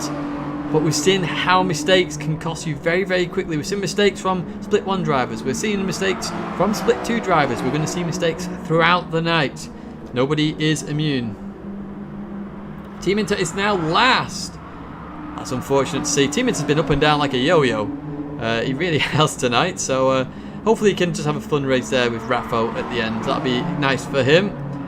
Yeah, I didn't see what happened there with Team Inter 51. A lot to cover, obviously, in the championship. So we are looking for the fights, and here is the major one at the moment. Max Range, Triple 81 and Tuvok. Hungary versus Denmark versus Canada. So the Hungarian goes defensive here. Triple 81 has to back out of that. Was looking to go on the inside. It didn't quite work. Oh, a little bit of contact there between the two. Little bit of contact, and Triple 81 letting Max Range go there. Yes, is indeed. Gets a little bit sideways. Tuvok getting in the action as well. Tuvok going to try and be opportunistic here. Down the inside of Triple 81 while that position was being re-delivered, re-gifted, I suppose. Tuvok gets that position. Got Luco involved there as well, and TT Base in the mix as well. TT Base on the inside of the Heikkinen machine. Heineken, I will say it right eventually, as they now head down their hill. Look how close this is. This is brilliant stuff from these drivers, and they now go line astern. So Triple 81 does lose the position from a mistake, but all is well as they head towards the right-hander. TT Base, I thought was braking a bit too late there, but managed just to slow down the car at the apex. All good stuff. And they're going to be line astern, aren't they? Heading on to the start-finish straight. Oh, we got a spinner. We have a spinner. Who is spun there? It's Mikey Michaelton. I said that people can make mistakes here. People can make mistakes. Mikey has just had an absolute mare of a mistake and has lost the second position. Now down to 5th. And is Skull Crusher going to make the move? Swaguy's into P2 from nowhere. I don't know what happened with Swaguy and all of that. But Swaguy literally up into P2 here. It's going to take those Christmas presents early and into the left-hander. Who keeps that position. Let's see if we can have a look at what happened to Mikey and all that. So here we go. Mikey comes around the left-hander. Look at this. Nice and easy. Maybe he's lost concentration because he's not in the racing. Oh, the common mistake where you just clip the grass and Mikey goes round. My word. Very common mistake to do. Tuvok's in last place. What's happened to Tuvok? I can't keep up with all the mistakes going on here. It was kicking off. Right, let's see if we can have a look at what happened to Tuvok in all of this. Tuvok had already gone at that point. So maybe a similar mistake to Mikey. I'm not sure. Right, let's jump to this P3 battle. Skull Crusher, Awoob. Mikey's now in there as well. In towards the right-hander we go. Skull Crusher down the inside. It's a very hard move to get done. Oh, beautiful racing. Absolutely beautiful. They are slowing each other up here massively, though. So Swaguy's going to breathe easy. A little bit hit into the left-hander they go. Awoob trying to defend from Mikey Michaelton now, who had it easy earlier on. Now going to have to fight for the second half of this race to get any form of a good result here. Through the left-hander we go. And Skull Crusher, as I said earlier, up from P12. Remember that. P12 to P3 at the moment. And potentially trying to hunt down Swaguy here, which is an unbelievable result in itself, even if Skull Crusher finished P3. So we'll see what Awoob can do here. I think Awoob's come up a fair few positions as well in all this. I mean, this grid was so close anyway. Any mistake, you're going to go up and down like a yo-yo. It really was so close, this grid. It's insane how close this grid was in qualifying. But through there we go, and Awoob is keeping that No, sorry, Awoob's overtaken Skull Crusher in there. I was looking at the points there and I missed that completely. Apologies. So Awoob gets P3 from Skull Crusher for now. Right, what's happening further back here? B Racing 1's involved in that action. Triple 81's overtaken Max Range again. Now we know Triple 81 gave that position back to Max Range earlier on, so that move has happened at some point in the race. And then everyone else is line astern there. Tuvok is in the fight. Oh, we just caught Team Inter going off again. Team Inter loves a bit of rallycross, it seems. Just pulls it back on there. Just saw him run wide there on that left-hander. Team Inter 51 not having the best of days here. Off quite a lot. Here's your battle for, I would argue, P2 really here. I don't think Swaguy has escaped yet, in my opinion. Still a quarter of the race to go, sorry. We're not even at 3/4 left. Yeah, we just caught that one, Murray. Just caught that one. In towards the left we go then. So after this race, folks, we have 2 more races. We have split 3 and split 4 for you. We should have some more fantastic racing. With the way tonight's gone, it should be insane. And we also have a major announcement as well. Not major, an announcement, let's just put it that way, which is happening in between race 3 and race number 4. B-Rating 1 looking down the inside here then. And looking to get the job done on Mikey. Good racing now, look at that. Beautiful racing. Mikey just clips the gravel there, but keeps that position. Status quo for these 2 drivers for now. You don't want to fight too much because Skull Crusher and a Whoop are just going to go away very, very quickly. It'd be kind of nice if they helped each other, I would imagine. What happens to a person who quits the race? They come last. But we don't want people quitting the race. It's all for fun at the end of the day. And Team Interfit one's a good sport. He is a good sport, so I'm not expecting him to quit or anything like that. So Max Range has re-overtaken him triple N81 in all of this. Oh, triple N81 really in the gravel there. Gonna struggle for grip a little bit on the passenger side of that car. Oh, it's driver's side actually. They're driving on the wrong side of the car, of course. In towards the right hand, there we go. So Max Range is keeping that position for now. We're going to concentrate on this P3 battle, I think, at the moment. The gap to Swar Guy, 1.8 seconds. We'll keep an eye on that as well, because if that gets to 0.750, we have a very interesting finish on our hands. Now, that gap has come down a little bit more here. Yeah, Mini Madness was last year. Fugu FrenZy this year. I've got an idea for next year already. I'm going to jump. Oh, who to watch here? A Woob goes defensive from Skull Crusher. And then further back, B-Racing 1 has made the move on Mikey in all of this. Up into P5 now for B-Racing 1. So that's going to stay the same for now. Swar Guy, 1.7 seconds. So he gained a little bit there in turn 1, but lost a little bit then on the exit of it, it looks like. I'd say if I was Skull Crusher, I'd be working with a Woob here. You've got plenty of time to catch Swar Guy here. And potentially pull off an even bigger results. Huge off for Max Range. So that suggests... Oh, Max Range was off, but I didn't see it. Oh, there it is. Oh, okay, yeah. To turn 1, Max Range went off there.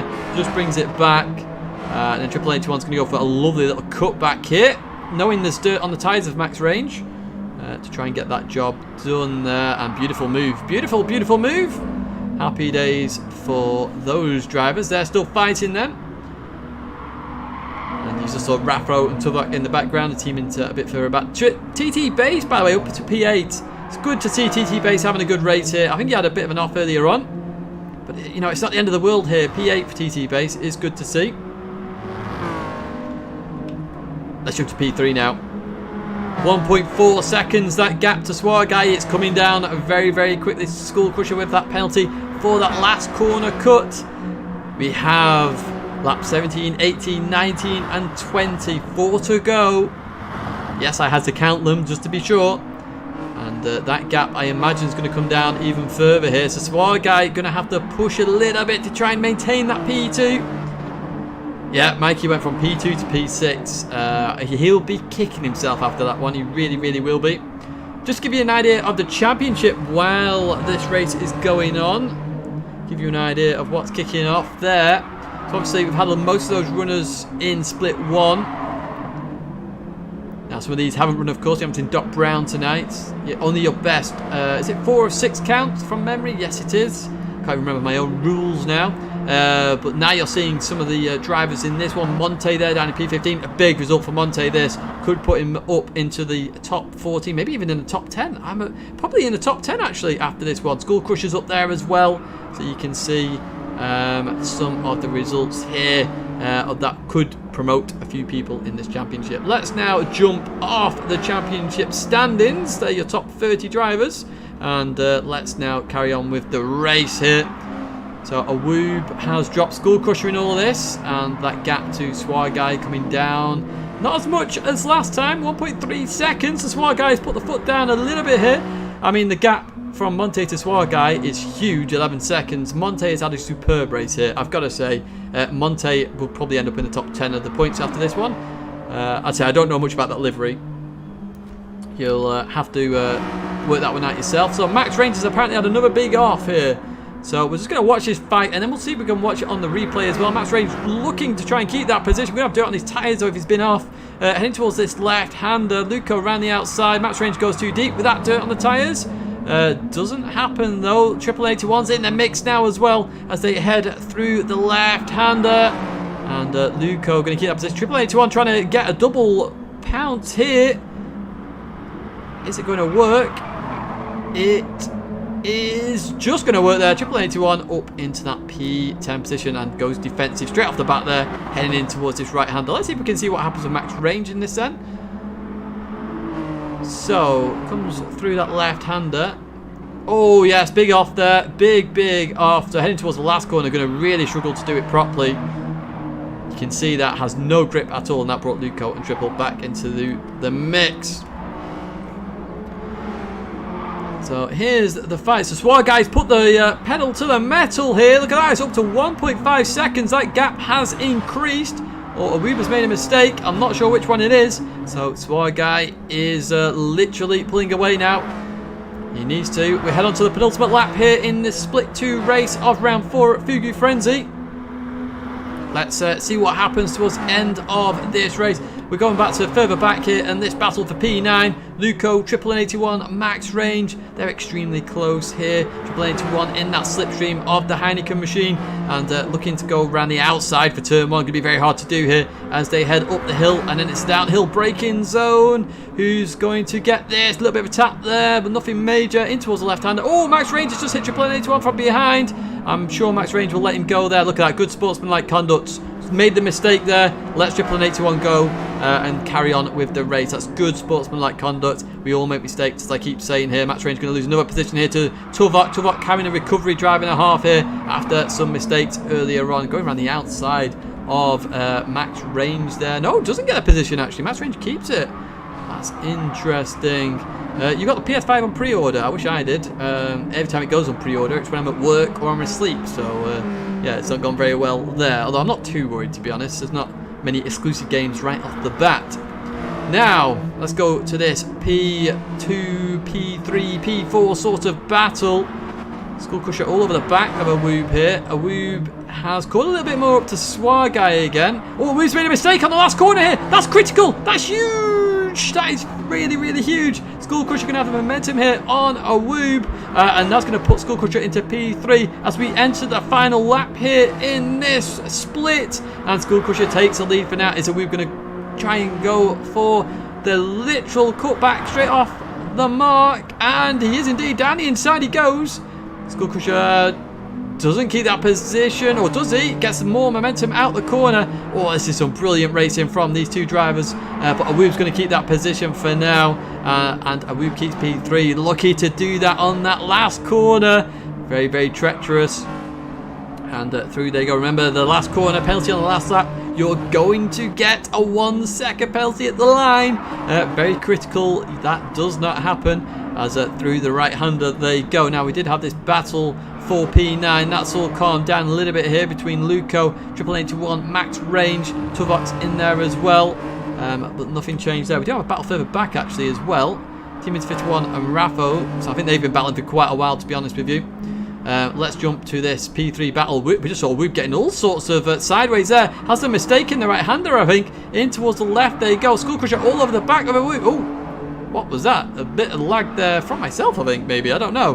Very strange. But anyway, we continue racing there. Through the left we go. And heading towards the final corner now. That got really confusing. In towards the left-hander. Sorry, Monte has finished. I missed that. There's Monte is the finish. There's P2. And we can see P3 battle in the background. We will jump to Monte again shortly. Apologies, Monte. But here we go. Swagai finishes the race. Awoob's going to get P3, P4 for Skull Crusher, P5 for B-Racing1, P6 for Mikey Magda. Mikey will be kicking himself after that one. P7 for Hobie. P8 for TC Base. What a brilliant race for Base. Absolutely superb. And let's head towards P9 now. Triple 81. Was Triple 81 behind Luco? No, he was ahead, I think. Luco P10, Max Range P11, Tuvok P12, P13 for Team Into 51, P14 for Raffo. But Monte is your race winner. I wanted to jump to Monte because Monte's had no camera action at all. Oh my word. Triple got past Luco in the last couple of corners. Really good overtake. Well played by Triple then. That's the thing that confused me. So thank you for that one, Murray. But your race winner, a dominating performance there by Monte. And as you saw there, he's got the Man United race suit on there as well. But there are your provisional race results. Obviously, there could be some reports going in. I'm not sure. As I say, we like the drivers to talk to each other. Really get, you know, oh, you made this mistake, you hit me, and then they go, oh, sorry, it's a mistake, I won't do it next time, or whatever it might be. I'd say it's a bit of a fun championship. But your provisional race results, right there, we have Monte, Swarguy, Awoob, your podium finishes. And then we have Skull Crusher, B Racing 1, Mikey Michaelton, Hobie, TT Base, Triple 81, Luco, Max Range, Tuvok, Team Inter 51, and Raffo round out your 14 drivers. Do not go anywhere, folks. We have 2 more races coming up for you. We have Split 3 and Split 4. They should just be as exciting as always. What we're going to do right now is we're going to jump to a little bit of a break, and you get to see the highlights from Split 3 and 4 last week. Or not last week, the last round, sorry, in Fugu FrenZy. It's Split 3. We have 5 red lights, and it's green, green, green. And Hosnight's had a terrible start there. An absolute shocker for Hosnight. As we head towards turn 1 here, Waze dominating the way here. But further back, the fight for P2 is on here as they head towards turn 1. Raffo on the inside. Oh, there's a huge hit there between Jaeger and Raffo. Oh, carnage, carnage, carnage. Oh, I think that'll be a stewards inquiry. So stewards, make sure you're ready for that one. Jumps up P1 battle. Meisen all over the back there of Waze into the right hander. Meisen's actually gone. Oh, Waze off there at the right hander. Oh, little Nicky gets all sorts of sideways as well. It's all happening in this one. So Meisen has benefited massively during all of this. I think Meisen was down in what, P8, P9 at the start. Up into P2. That's actually insane progress through the grid here. As a little bit of contact here. All needs to calm down now. This is all getting exciting. Look at that. Look how many cars are on your screen right there, folks. It's lap 2. We have 17 laps here, so let's see what happens. We definitely can't miss little Nicky's machine. Like a luminescent green with pink wheels. I'm pretty sure that's unmissable in any daylight. So that was just down the inside. Oh, in fact, little Nicky was looking at Triple 81 there, and the gap was left open, and Branchy said, thank you very much. I'll have that one. Very good opportunistic driving there by Branchy. To get that move done there, up into P6. Steve's favourite position, of course. The brake marker is around just before the 150. Misses it completely. Realises a mistake. Lovely bit of sportsman-like driving there. Realises a mistake. Avoids everybody and heads off. Beautiful driving in terms of making sure he doesn't ruin anybody else's race there with that mistake. Superb. And, oh, a little bit of contact there. Under braking. Got to be careful out on the radar. And Triple 81 decides to go for the cutback instead. Look at this. Beautiful move, side-by-side action here. As through they go. And also Triple 81 is looking to get this done and dusted very quickly. And then maybe move towards P2. Gets it done. What lovely driving there. Triple 81 moving through this field like a knife through butter there. Look at that. All looking to get up higher in the points here. We've seen how close the championship is. We'll have a look at that later on. Little Nicky going for the move there. In P5 now, gets the job done, looking to try and catch up to Psycho Killer as fast as possible. 1.1 seconds, that's where Little Nicky was fighting earlier on. You see in the distance there, I think Triple 81 is catching Meisen fairly quickly here. Into the braking zone we go. Branchy looks like he broke very late there. There's contact there between Branchy. And I think there's a spin there with Branchy. Yes, there is indeed. We'll see if we can have a look at that. I'll tag that one instead of the old one. So literally quality times wherever you come in qualifying, top 14 split 1, next 14 split 2. Oh, Rascal's gone too deep. Rascal went well too deep then. Rascal went well too deep. Instantly you could see that there, and Raffo capitalizes on that, and Waze is the unfortunate one there. I imagine there may be some, well, we'll have to see. Is anyone going to give anything up there, or I imagine stewards are going to be very busy after this one as Rascal goes off! Rascal's off! Rascal's off hugely there into the barrier, it looked like. Rascal is off. Let's see if we can have a look at all of this then. In all of that, because on the back to 5th, I'm proud of that. Stop typing a race, Nicky, you pleb. So Nick there, typing in chat as he's racing. He's doing, whoa. Calm it down, boys, calm it down. Big contact there. Big contact. I imagine we are going to be very busy as stewards. But fortunately, there's a bit of a gap, so we have a chance to view these. So let's go a bit further back here. We've got Wazy in P9. Jaeger's up into P10. So Jaeger will be happy with that because he dropped really far off. We jumped to Skull Crusher, flashing his lights there. What a victory for Skull Crusher there. Congratulations on the victory. As we then jump to Maizen, flashing away as well. Happy with that one. As is Triple and 81. I'm sure he's actually over the moon with that one. We are racing here for the final time at Fuji. As we set off there. I don't see any huge disasters there. So we head down towards turn 1. In fact, the Toka Jedi Jonah, the Renault livery, I can't get my words out here, had a bit of a shocker there. Someone's nearly coming out the pits there. Not sure who that was. As we come through turn 1. Everybody's alive! We've done it! As we've got the opposite of the Moses maneuver happening here on Aldi. Bonjour Storm's got the slipstream of Stealth Slug as well. And Shakira Shark round the outside here. They head towards turn 1. And they're pulling here. Aldi pulls in behind Bonjour Storm. And Bonjour Storm's now trying to go defensive versus Shark here. Heading towards turn 1 here.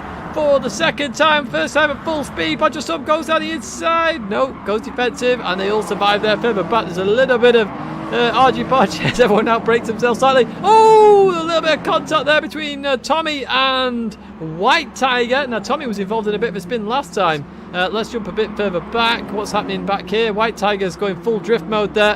And maybe a little bit of lag there as well. I'm not too sure. No, it's settled down there. That's all good. As we continue towards the left-hander here. So Semicolon was in P8, was fighting with White Tiger. White Tiger's managed to get that now. Semicolon. Oh! If you want to know what a cutback is, watch what Semicolon just did there. Up to P7. What a beautiful move that was from P9. Absolutely brilliant stuff there. Heading down towards turn 1. Bazinga trying to go for the Moses maneuver. Backs out of it there. He sort of notices the brakes there. Decides against it. Still goes down the inside of Aldi there. Now I know Aldi and Trevo Nick, who couldn't make it tonight, very, very sort of, they love pure clean racing, as in like no contact whatsoever. They will at P3 battle then. Stealth Slug currently leading it. Bazinga down the inside of Secura Shot there. Ooh, a little bit of a tag there. Everybody just sort of stops, trying to avoid everybody. And Bazinga up to P4 then. Close. He could have a run, you know. That gap's coming down. It's under 2 tenths now. Heading towards turn 1 here. They have dropped Aldi as well. In towards the braking zone. Shark. It's a shark versus a slug. I just realised. So, does 1,000 slugs beat a shark? I don't know. So, Bonjour Storm goes towards the inside now. You can just see that gap slowly coming down. Top left hand side there. Still not quite 0. So they hit the braking zone. Rats there. Went on the brakes. Came off the brakes again. Trying to go for the run around the outside. Oh no, goes for the cutback, sorry. Goes for the cutback. Full going for the around the outside, but not quite worth there. Bonjour Storm into the lead then for the very first time in this race. And Rats has a lot to do here to try and get that win in this race, because Bonjour Storm caught over 4 seconds up there. But if they fight, they're going to bring Bazinga and Semicolon into the mix. You must drink, Tidge. Don't worry, I've got water next to me. I will be down in that the minute this race finishes. As through the right-hander we go here. Aldi ran the outside there. Why am I not commentating on that? Aldi goes round the outside on the right-hander. That's a superb move by Aldi. Superb move.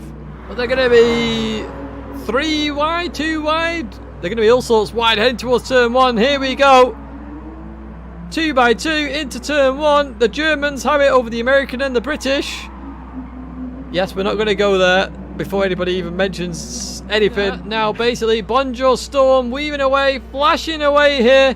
Absolutely fantastic stuff by the Frenchman there to pull it back there. Rats comes home in P2. I'd say this is a really big P2 for Rats, in my opinion, with what's happened. Welcome back then. Ooh, let's jump down into... I've been calling Forrest a pleb for about 2 hours because he's not joined the... He's not entered yet, so I'll have to sort the grid out in just a second. But we are back here with round... Oops. There we go. Let's get split number 3 on the card so you know which split we are running here, as we are on Gohan at the moment. And wow, what a fantastic 2 races we've had so far. We have 2 more to go. No doubt, I imagine I'll probably get noise complaints at this rate because I'm going nuts here every time there's some racing action. But hey, we'll find out in due course. There's a pub across the road, so hopefully they're drowning out my noise. Anyway, let's have a look at some of the liveries. I hope you've enjoyed it so far, folks. It has been brilliant. So Trevor Nick here, in that. That's a team livery, that is. Also races with Aldi. Very clean racer, Trevor Nick. Very, very clean. Then have Rapid GT. Rapid was very disappointed in his qualifying. So we'll be looking to try and make up for that in this race. Valvoline. Now that's a supercar livery, is it not? I could be wrong there. Going purple on Trevor Nick's time there. Then we have Zakave. Through there we go, the Canadian, absolute legend, and maybe a surprise coming from Zakave in the future. I'm not going to reveal anything more just yet, but yes.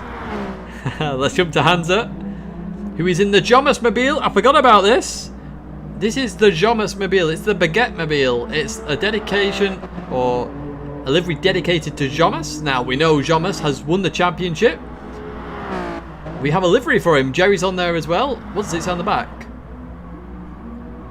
I have no idea what it says on the back there. Bonjour baguettes. There you go. And then we have Jaeger in the Duracell machine. I imagine Jaeger's going to go very cautious here on the first lap after Fuji. I say it wasn't, you know, it's just a mistake. But when you make those kind of mistakes, which affect multiple drivers, it's gonna hit you hard, and it hit him hard that race, I think. So obviously we all make them, we all make mistakes. So yeah, you'll be looking to come back there. Rapid with 130.8. Let's go to Murray Moles now. What is on that livery? I do not know. We're about to find out. Heading towards the braking zone here. This is such a horrible corner to nail. Anyone know what it is? Because I have no idea. Oh, he's off. He's off. Murray is off. Let's jump to Branchy now, the Australian. So we've now gone full global, I think. We're missing actually South American and Asia actually in this championship. Oh, Branchy's really gone off to Narnia there. Oh, so Jaeger. Everybody's going off. This is this a sign of what's to come here at this round. Let's jump to Gohan then. Gohan had an absolutely brilliant race lately. I think it was on stream as well. Superb racing, Gohan. In fact, it was the Daily Race Guide. Brilliant, brilliant racing. It really was. We'll see if Gohan can transform that into a result in this round. Then have the Slug, who was fighting the Shark in the previous one. Let's have a look. This is a different livery to last time. We've got Checkers, we've got Greddy on the back, we've got Brembo, sponsor. Very unique livery, this. What's that? Is that a transformer mark on the top? I don't know. Oh, dear me. I don't know what's going on here. Semicolon there in P11 at the moment. You will see the grid in a second, but we are going to do the grid walk as well. And through the left we go. Now, I know there we go. Look at that. Flashing away, Semicolon. Giving us all a flash. Semicolon loves racing Bazinga. I know they have some fantastic races. We saw that with Fuji. Flashing away there. Let's jump to P13 then. That's Ronan GT Hake. In towards the left we go, and it's a Super Mario livery.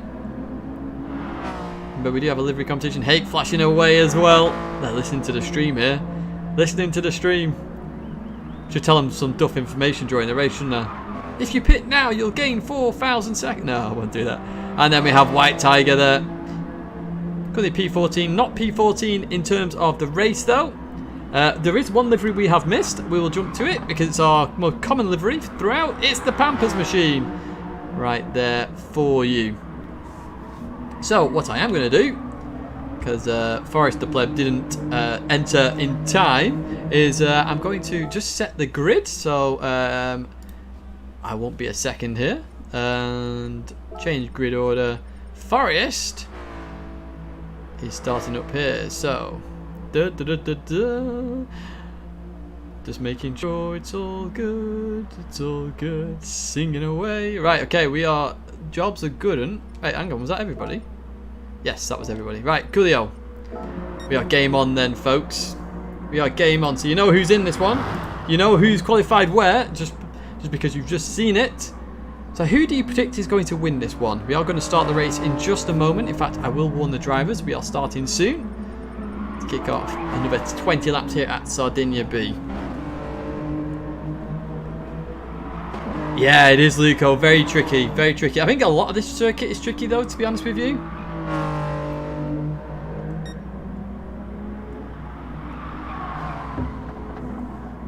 jump to our current fastest driver on circuit. It's Rapid. Right, okay, you predict Rapid's going to win this. Now, Rapid isn't starting anywhere near the front. You're about to find out in the grid walk. Let's jump to that now and let's get ready for the third split. Welcome to your split 3 grid then. On pole position is Zakave with Jaeger also taking the front row. Forest 4A and Hake take row number 2 with row number 3. Hansa and White Tiger. Row number 4, Trevo, Nick and Rapid GT with row number 5. Wins Wheels and Murray Moles. Another close quali this one with row 6, Stealth Slug and Semicolon. And finally row 7, Gohan and Branchy.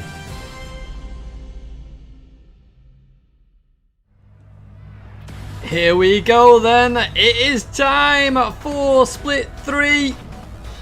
We've got a prediction of Rapid in chat, but Rapid is starting in the middle of the pack. Zakave! Are you going to win this, mate? Are you going to win it? You should believe in yourself here. As we get ready for the lights to go out here at Sardinia B for the 3rd time tonight. We have 3, 4, 5 red lights.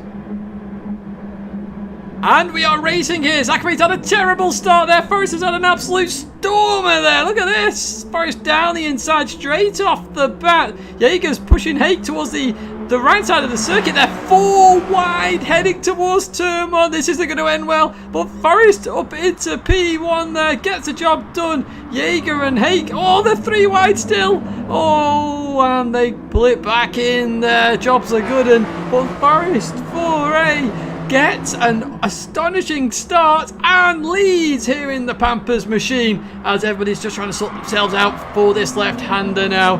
Zakave only lost 1 place in the end. It was a terrible start by Zakave, who did predict that Rapid would win this. Let me know any other predictions in chat. Monte says White Tiger. Mikey wants Forrest to win this. Hake to win from Arklark there as well. As at least we've had no huge problems there. I think we've had 1 person with a little bit of a problem further back. We're not going to leave this front of the pack for now. I want to see if anybody has any issues going into this right-hander. Wins Wheels on the inside of Rapid. Both get it stopped there. Well played by all drivers. But who's the driver right at the back there? Murray and Stealth Slug have had issues there somewhere. In a very interesting liveries. Let's put it that way. So let's now jump to Zakave. And we are now finishing that one already. Let's get concentrating on this race. I'm trying to read chat and do this at the same time. I'm going with Forest, but so many could win it. They could. It's another close grid, isn't it? Let's be real here. As we head towards turn 1, Zakave looking on the inside here. It's Canada and Canada versus Germany. Jaeger looking around the outside of Zakave. Not going to quite work. Hans has gone a little bit deep there as well. So Hans are getting in the mix here. Nicely, Hans are up near the front.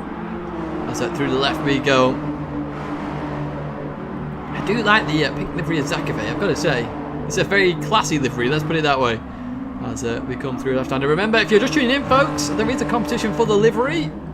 And if you enter the race and with the livery in question, you can enter that livery and you get a trophy at the end of it. It's nice and easy. We've already given 1 trophy away tonight to Jomas, who is the championship winner. Won 4 races out of 4 in the championship. We don't know whether he's going to do race 5 and race 6 as well and try and go for the full clean sweep. That'll be a record. Oh, we've got a big off there. We've got a huge off. Now, who was that? I was running GT Hake, I think, and somebody else outbroke themselves. That's caused all sorts of carnage there, and we'll have to look at what happened with that one. And run GT Hake getting all sorts of sideways, and I will jump to the replay in just a second. Wins Wheels around the outside, branching around the outside of Gohan. Now, one thing with it being a global championship is literally you've got to work out ping a little bit when you're facing an Australian, for example. In Branchy, you've got to realise that that car may not be where you think it is. It may be a bit further ahead, a bit further behind. You've got to work it all out. Is there a bottle trophy? Yes, you deserve that one, Mikey. That is for sure. After that bottle earlier on. Let's see if we can have a look at what happened to Run GT Hake and all that. Where is Hake and all this? P8 at the moment. Let's see if we can have a look at what happened there. So heading towards the left-hander. So it's racing Gohan here. As Gohan just gone way too deep. Heading towards that right-hander. Yes, he's gone well too deep there. Well too deep. And Gohan's realised it straight off the bat. Look at that, he's held up there. That's actually caused carnage with Wind's wheels there. And then they continue on. Oh, it looks like Stealth Slug. Oh, Stealth Slug went for a little spin at the back as well of all of that. We just saw that in the distance. So Run GT Hate will be looking to try and make some moves here. Try and catch back up. But you see most of the drivers there in the mix. Stealth Slug obviously a bit further back there. Now, the fight for the lead here. Forest Foray and Zakave. Are they working together, or are they just going to have a bit of a ding-dong battle for the next 16 or so laps remaining in this race? Further back, we've got Hansa, who's overtaking Jaeger in all of this. The Austrian. Hansa doing very well here. And through the left-hander, Zakave on the inside there. Beautiful move by Zakave. Gets the job done. As they all try and race in clean. And beautiful move by Zakave. So Zakave is going to try and pull away as fast as humanly possible now. The Canadians really trying to run away with this one. Yeah, plenty of time for Hate to get those places back. Say we all make mistakes. Said that throughout the night. Gohan just made a mistake there. Nowhere he could go really, because Hate was on the left. So he tried to straight line the braking and it just didn't work out there. But Zakave in the lead then from Forest. Hansa's in the mix there as well. Not in DJ wise, but Hansa is nearly in that slipstream. She's very helpful for Hansa. So through the left we go. In fact, did we have a look at Hansa's livery? I don't think we did, you know. Oh yes, we did. It's the Jomas livery with me on the side as well. There's Rapid GT making its way through the field. So Rapid GT. And who are the big movers in all of this? Let's see if we can work that one out in all of this. So Rapid GT's made a few places up here. Somebody else is having a bit of racing. Hake's just gone the inside of Semicolon and all of that. We'll see if we can have a look at that in the replay. And Hake will be looking to get back in the mix there. Semicolon's made a fair few positions there. P12 to P8. And we have Branchy, who's come from the back of the grid, P14 to P10 at the moment. He's capitalising on those mistakes from drivers up ahead. Lots of racing action to go though. And you can see the leaders there in the distance as well. So nobody is out of this just yet. And we have a lot of racing to go here. Hake's already pulling away from Semicolon. So we'll be looking for Trevo Nick next on the list. Let's jump to that lead battle though, as Hansa's just got in the mix there. As Pampers of Forest has just gone wide, and Hansa's going to be in the mix here. In fact, it's going to be a five-way fight for the lead. Good evening, Sean. How are you? As we head down the start-finish straight here, Hansa right behind Forest. Jaeger goes towards the inside here of Hansa. Could be three wide into the corner. It looks like it's going to be Forest on the extreme outside. Just stops it, decides he doesn't want to take any risk there.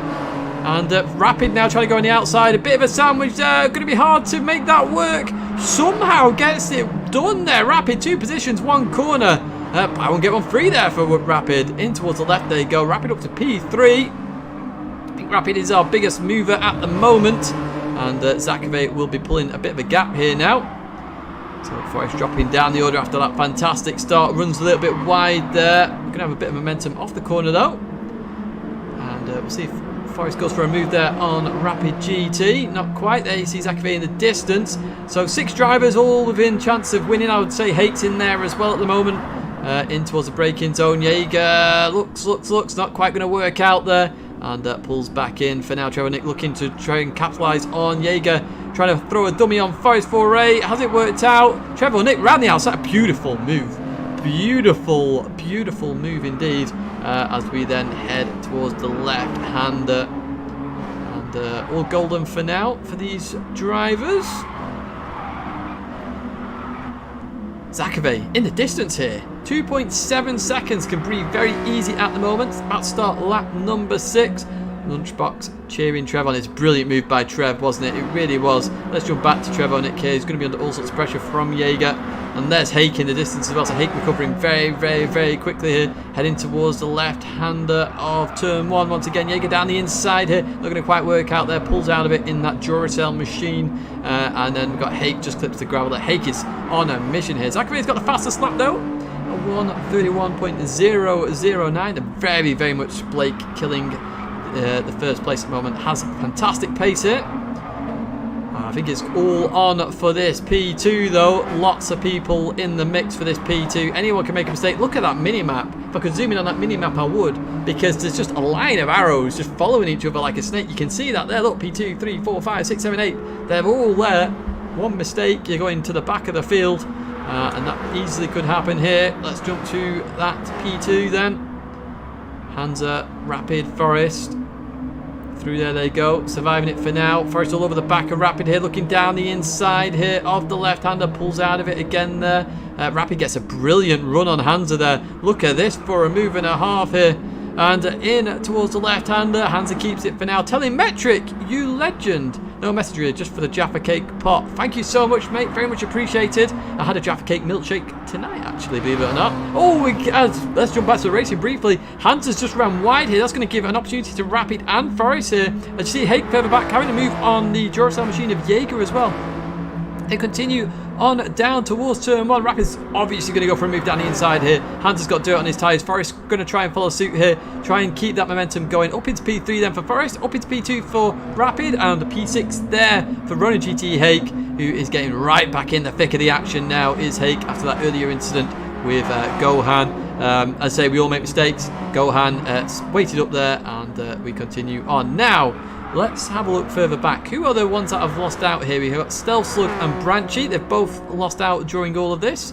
They're down in P13 and P14. So we've essentially got a slug and a dinosaur, as in a Brachiosaurus with Branchy. That's where I've gone with that one. And yes, they're down at the back. It was a slug and a shark last time. Here's that train of cars. Rapid looking to try and pull away now. 3.8 seconds. Rapid to Zakave. Just went a little bit too deep there. And look at this for a train of cars. We've got 2nd to 7th there. All line astern. And that gap up to 4.4 now. This gap really increasing. Zakave is on a mission here. Run GT Hake with the fastest lap. No, 130.838. It's a very good lap indeed. That is heading towards split 1 pace. Through the left we go. You can see the lean on the cars. It is, as Luco said in the chat earlier on, it is such a tricky corner to get right. It really, really is. As we continue now across stop finish line. Start lap number 8 here at Sardinia. Oh, we've got Jaeger and Trevornik. So Trevornik's lost a few positions in all of this. I said this last time at Fuji. Trevornik and Aldi, they really, really focus on the clean racing aspect of their racing. Like, so much so more than anything else. And it's awesome to see, to be fair. It can cost them positions though. You know, you can be too clean, but it's nice to see such clean driving. And Trevornik there just keeping that P6 for now. Jaeger racing very clean as well. In the back of Jaeger's mind will be that incident from Fuji. Obviously a mistake, but it's always in the back of your mind when something like that happens. Now, Forest has actually lost Rapid GT in terms of the slipstream. So this gap, or this battle for P2, is now going to be a battle for P3. As we head now down towards this tricky right-hander. We've seen a few incidents here tonight already. Anyone going to have an incident this time? Not quite. Run GT Hake all over the back of Hansa, really making progress back through this field. In towards the left we go. You can hear that tyre screech really going off there. But still down the stern, Trevornik getting all sorts of sideways as well. And yeah, your biggest mover so far in this race is definitely Rapid GT, who's come from...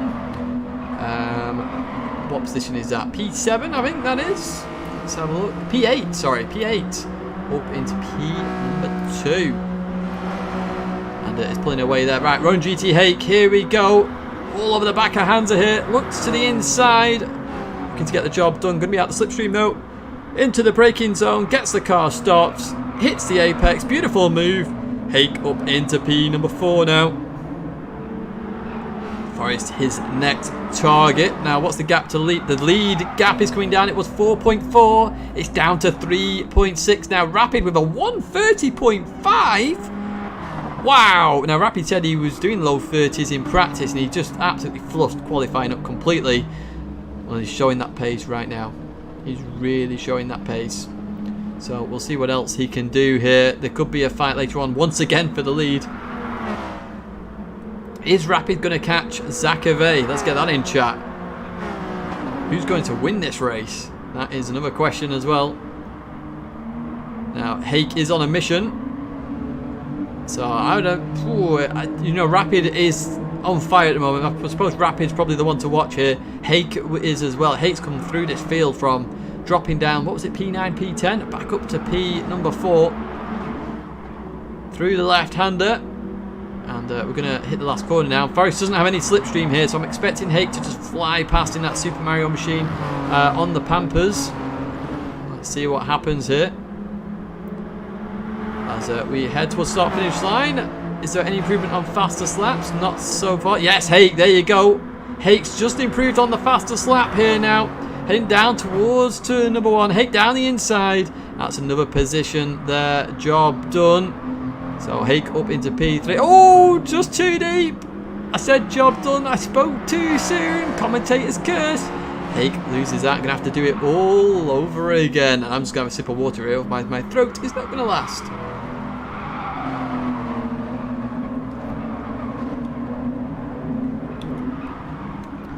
Right, what's kicking off down at the tail end of this grid then? Murray Moll's in P10. Semicolon and Wins Wheels there. So there's no huge battles going on here. I'm trying to get... There is one battle going on there. Gohan and White Tiger. Saw that they were close, but it's not as close as that battle for now. We're probably going to be Oh, it's still P3, sorry. Welcome back, Chomas. Welcome back. You've got an interesting race happening at the moment. Just give everyone an update who is just joining the stream then. We have Zakave in the lead. 4.1 seconds ahead of Rapids. Have pulled that gap again as Zakave. It did go down to 3.7 briefly. It has been as high as 4.4, so that gap's going up and down a little bit. Rapid GT in P2, up from P number 8. Did have the fastest lap, solo lap I think it was as well, 130.5. Ronin GT Hake had a 130.5 as well, who's overtaken Forest in all of this. Let's even catch that again. Who did get a 130.5 as well. Forest under all sorts of pressure now from Hansa.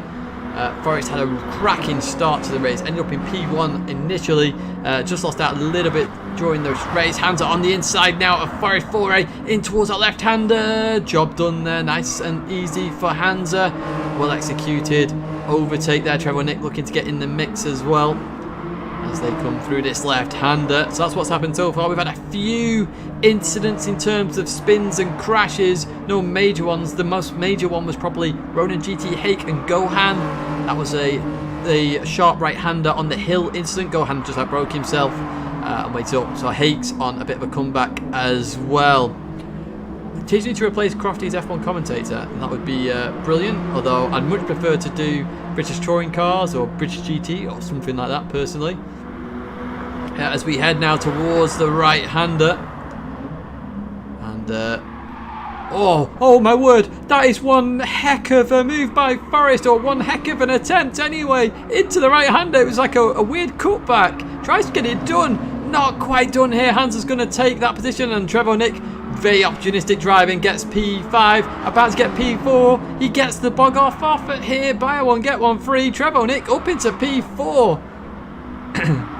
Yes, exactly, Sean, exactly. But through we go. Trevor Nick up to P4, then Hansa P5, Forest 4A. Just fine with Hansa, but Hansa's going to have a bit of slipstream here, I imagine. So that is going to be Hansa's potentially. It depends what happens with Trevor Nick and the line he takes heading towards turn 1. They're side by side here. Hansa and Forest heading towards turn 1. Hansa's on the inside here. Surely going to get this done. Unless Forest goes for a brave move around the outside and tries it. Not going to happen. And through we go. Yeah, Trevor Nick over to P4 there. Brilliant opportunistic driving once again from Trevor Nick. Now the gap, 2.6 seconds the gap. Zakave has the fastest lap now, a 130.516. They have been trading faster slaps. In fact, I am very curious how close that is on faster slaps here. Look at the top 3 there. Look at the top 3. 130.5, 130.5, 130.5. They are trading fastest laps here. Zakave had a huge error on the last lap, 131.946. So, everything to play for. Pampers has bricked it. No, well, a little bit, maybe, but, yeah. Oh, Jaeger's gone a bit deep there. Manages to stop it, though. Trevor Nick up into P3. So, yes, he did brick it then, didn't he? What happened there? Trevor Nick was P4. I've completely missed this. Rapid span again. What's happened to Rapid? Hang on. Whoa. We missed this. Rapid's gone off at that corner. Come back on and span. Rapid has span again. That's 2 rounds in a row. Rapid has span. Oh, Rapid will be gutted. Zakave can breathe a heavy sigh of relief. But Rapid is gone. He's gone. He's out of the top 10, I would guess. No, he's P9. He's P9. Oh, I wondered what got on then. So the gap now 5.4 seconds for Zakave. So that he can breathe easy once again. Lots of mistakes happening here. We're over halfway now in this race. Zakave can breathe a little bit easier. Rowan GT Hake in that P2 position. Trevor Nick in P number 3. So yeah, Mikey, you're not having the bottle trophy anymore. That goes to Rapid GT. Socrates, you would sound cool doing it. I wouldn't mind doing the football, to be fair. I've got a friend who does commentary for football, so if you're in Germany and you listen to English commentary, my friend probably does it. My school friend, anyway. I've not spoken to him in years, but funny old story. He went on to Getty Images, which obviously do Gran Turismo images, and he messaged me randomly and went, "Hey, Tidge, I've just seen your face on Getty Images." I was like, alright. Oh, big incident, big incident. Stop talking, Tidge. Big incident there. Hansa and Trevor Nick. Oh, there's huge carnage here. There's huge carnage. Huge carnage. Hansa's waiting up for Trevor Nick there. Big mistake. The pressure really is getting to a few drivers now. Hansa waits up for Trevor Nick. Really good sportsmanlike conduct. Realised the mistake there, but oh, it's all kicked off here. All change here. Jaeger's up to P3 then. Let's have a look at what actually happened here. Hansa will be kicking himself after that one because he's had a fantastic race so far. Let's get on board Hansa. So Hansa was heading down towards that sharp right hand. It's so difficult this corner. So difficult here. Let's see what happened. In towards the braking zone. You're going to brake around here. Just too late on the brakes. Hits Trevor Nick. Trevor Nick tries to stop the car. Does stop it. But then it gets all just a bit awkward. Everyone's stopping on line, really. And then it all kicks off there after that. So Hake, 5.8 seconds off Zakave. So Zakave increasing that gap here. So looking to breathe easy as Zakave. Forest 4A now ahead of Jaeger. So Forest still in this mix for the final podium position. But it all kicked off there. My word, it can all kick off at any moment on this circuit. It really can. So I'd say Hansa will be kicking himself after that one. He really will. But you know, as I said it how many times tonight, we all make mistakes. Caught out by slipstream. Potentially just missed his braking point slightly as well. It can happen. But yeah, great sportsmanship by Hansa. That's what we want to see. You could argue it's a bit like Monaco. A mistake is costly, like massively so. But Forest 4A in P3. I'll tell you who's capitalised a lot on all these mistakes.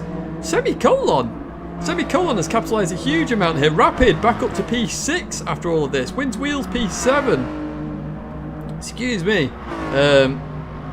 Tate has to cross studios to commentate. I do indeed. And you can see then the gap. Rapid GT looking to come back here. Try and make up for that earlier spin as well. Now further back we've got the battle for P11 there. Oh, Gohan and Hansa. We just saw Gohan losing the rear there. Going to lose a huge amount of time there to Hansa as well. Probably going to get a 0.5 second penalty to boot, I imagine. No, not quite. The game decides enough is enough with losing time there. Right, let's go to this P3 battle now. This is where the action is as we hit the 3/4 mark here. I don't do mistakes. We saw a couple, Jomas. We saw a couple. Jaeger looks down the inside of Forest. Forest gives him room here, but going to have the inside for the right-hander. So kind of smart to do that. And yeah, going to keep that position for now. Is Forest? But it's Pampers versus Duracell. What do you get if you put a battery in a baby? What happens there? I don't know. As we continue on now down the hill. And through we go. We did see some of your mistakes, Thomas. We saw some of them. Don't you worry. As into the right-hander. You became friends with Tidge. That's your first mistake. Oof, those shots. Those shots. Let's have a look at Trevor Nick and Murray Moles here. Murray Moles hasn't had much featured in this race, to be fair. Had an earlier mistake. Went down to P13. Oh, speaking of mistakes, Murray's just made another one. And Murray has been helping out massively with co-commentating in the chat, basically. And through we go. I know a couple of people have asked about co-commentating. It's hard to set up. It's the only reason I don't do it at the moment. We may do it in the future, but we will really see about that. But Trevor Nick all over the back of Murray Moles then. Through the left-hander we go. And I'm sure Trevor Nick's going to have a really good move on heading towards turn 1 because he's slap bang in that exhaust pipe. As you see, looks.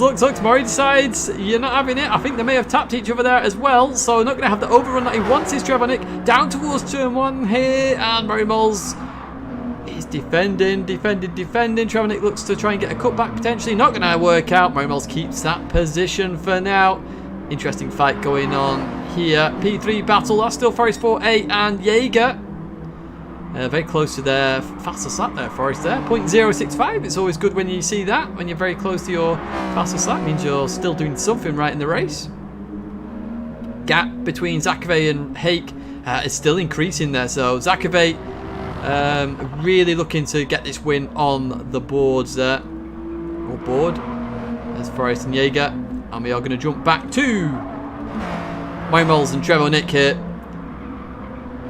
And let's have a look, see if Trevor Nick makes a move. There's Hansa and there's Gohan just further in the distance. So Gohan made that little mistake earlier on, which meant Hansa got that position back. And in towards the left. Sean doesn't calm down. It's always full on Peggy 18 with Sean, but a good laugh all the same. Normally it's Sean and Todd. When they're together, it's chaos.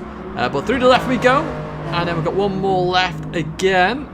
And Murray still keeping that position from Trevor Nick for now. Just all really skirting those track limits. And Murray's going to keep that position for now. Let's jump to that P3 battle. Forest is quite far ahead now of Jaeger.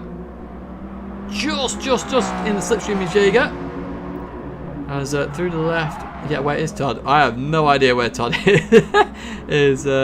And this is just line astern now. Let's look for these battles. We've got Semicolon and Rapid GT. So Rapid GT on this little bit of a comeback after that spin earlier on. It was a crazy spin.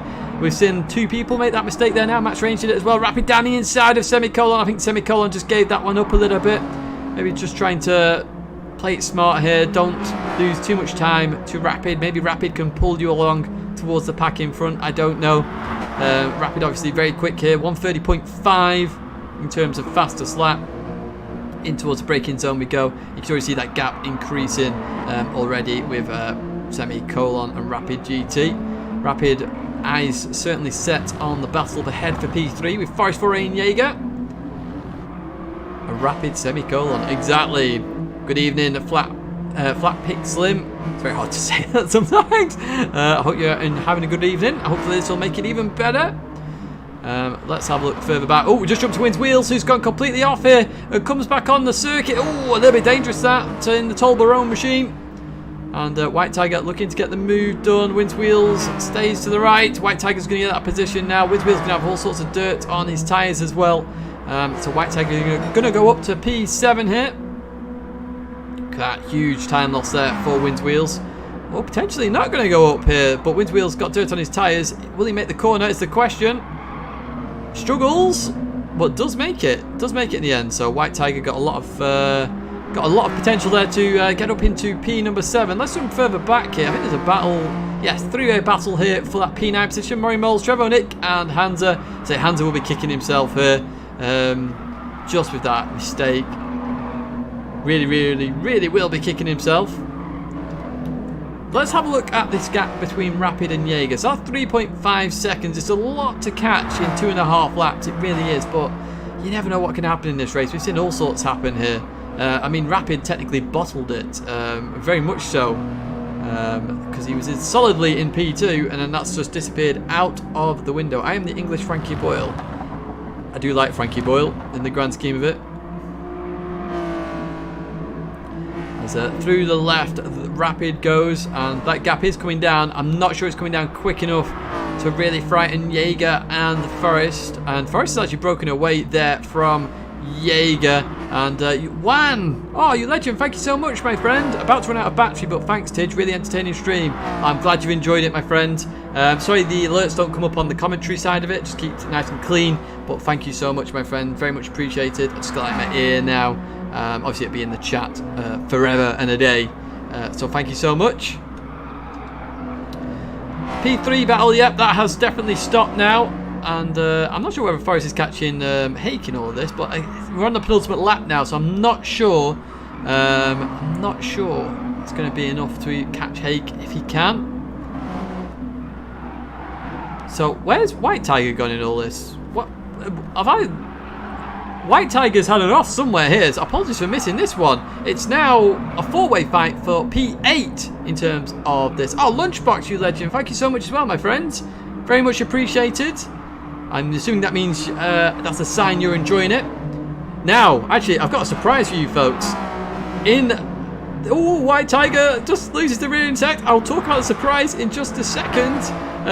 All I'll say is between race 3 and 4, you're going to want to watch as we head down towards the right. Hand now has it on the inside. Looks to try and get it stopped. Does indeed. Look at the wiggle that was on there with Hansa. The rear really wanted to come round there, but Hansa got it stopped this time round and moves up into P number 10.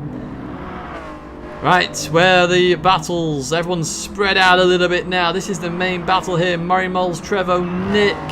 And then further back it's going to be Hansa and White Tiger. Through there they go. So they're about to start the final lap. Lol, Jonas, lol. We're about to start the final lap then here at Sardinia B4 split number 3. We have one more race after this. Remember that, folks, as we head down towards turn 1 here for the final time for these drivers at least. And Murray Moles in P8, Tronic P9. This is your closest fight on circuit, just with hands up further behind. As we head up towards the left-hander now. And Tronic not going for that move just yet. Maybe waiting to do it on the final corner or very close to it to see Murray Moles just go wide. Oh, we've had a huge spin. We've had a huge spin here. What's going on there? White Tiger and I think that was going to be Hansa. Let's have a look at this quickly, as I know we're on the final lap here. So what happened between these two drivers? I just heard a spin there. As you see, White Tiger on the outside, Hansa on the inside. White Tiger and Hansa. Oh, huge contact there between the two drivers. And White Tiger and Hansa. Well, White Tiger's going to wait up there. Good sportsmanlike conduct. Right now, we're going to have to jump to these battles very fast. Let's now have a look at the winner crossing the line. This is Blake Zakave, and Zakave is the winner here. Start to finish, well played. And then Ronan GT Hake is going to come across in P2. Forest was catching in the end. Fair play to Forest. Hake's now happy with that. Forest P3, P4 for Jaeger. Jaeger will be happy with that. Rapid recovery drive there with the bottle. P6 for Semicolon. Semicolon, look at that. Thoroughly happy with that result. P7 then for Wins Wheels. P8 then for Trevo Nick, who gets a position from Murray Moles in the end. Very advantageous overtake at the end then, as we expected. Gohan in P number 10. Oh, Slugs has just gone after Nani. What was that at the end? Oh dear me. Hansa comes across in P11 and looking for some Branchy and White Tiger. There go. Oh, somebody else has just gone. Branchy P12. It's White Tiger, isn't it? It's just, oh, everyone's spinning across the line here. Stealth Slug finishes in P13, and finally a Tiger is going to finish in P14 eventually at some point in this century. Oh dear me, what is going on? So, as I said, there is an announcement coming up in between these next two races. We will go to that shortly. I made the announcement in an hour and a half, so please don't expect super duper editing, but it's edited all the same. I'm sure you'll be very happy for it. But first of all, Zakave, congratulations my friend on that race of victory. Brilliant stuff from you. Let's have a look at the provisional race results. Of course, there could be reports, driver reports going in for instance and so on and so forth. But your podium finishers for this one is Zakave, Hake, and Forest 4A there. They're your top three. Oh, TT Base, you legend. Thank you so much. Great event once again. I'm glad you enjoyed it. And congrats on your result as well, TT Base. Absolutely brilliant result for you. Jaeger P4, Rapid P5, Semicolon P6, Wins Wheels P7, Trevo Nick P8, Murray Moles P9, P10 for Gohan, P11 for Hansa, 12 for the Branchy, 13 for the Stealth Slug, and P14 for White Tiger. So the animals finishing at the back this time then. Right, guys, they are the provisional results. It is now time for the brief announcement plus intermission. We've got like a 5-minute break here to recover my voice, and I'll start the next lobby. Enjoy this, and I will speak to you again in 5 minutes time as we prepare for the final race in Fugu FrenZy round number 4.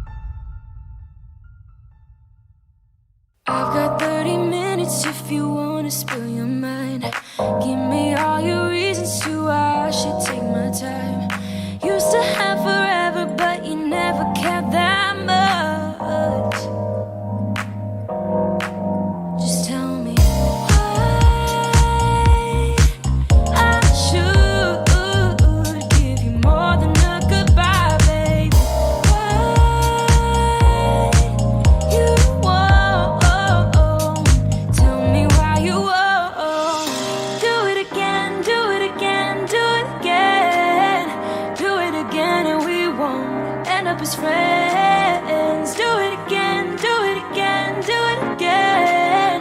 I trusted you once, but I won't do that again.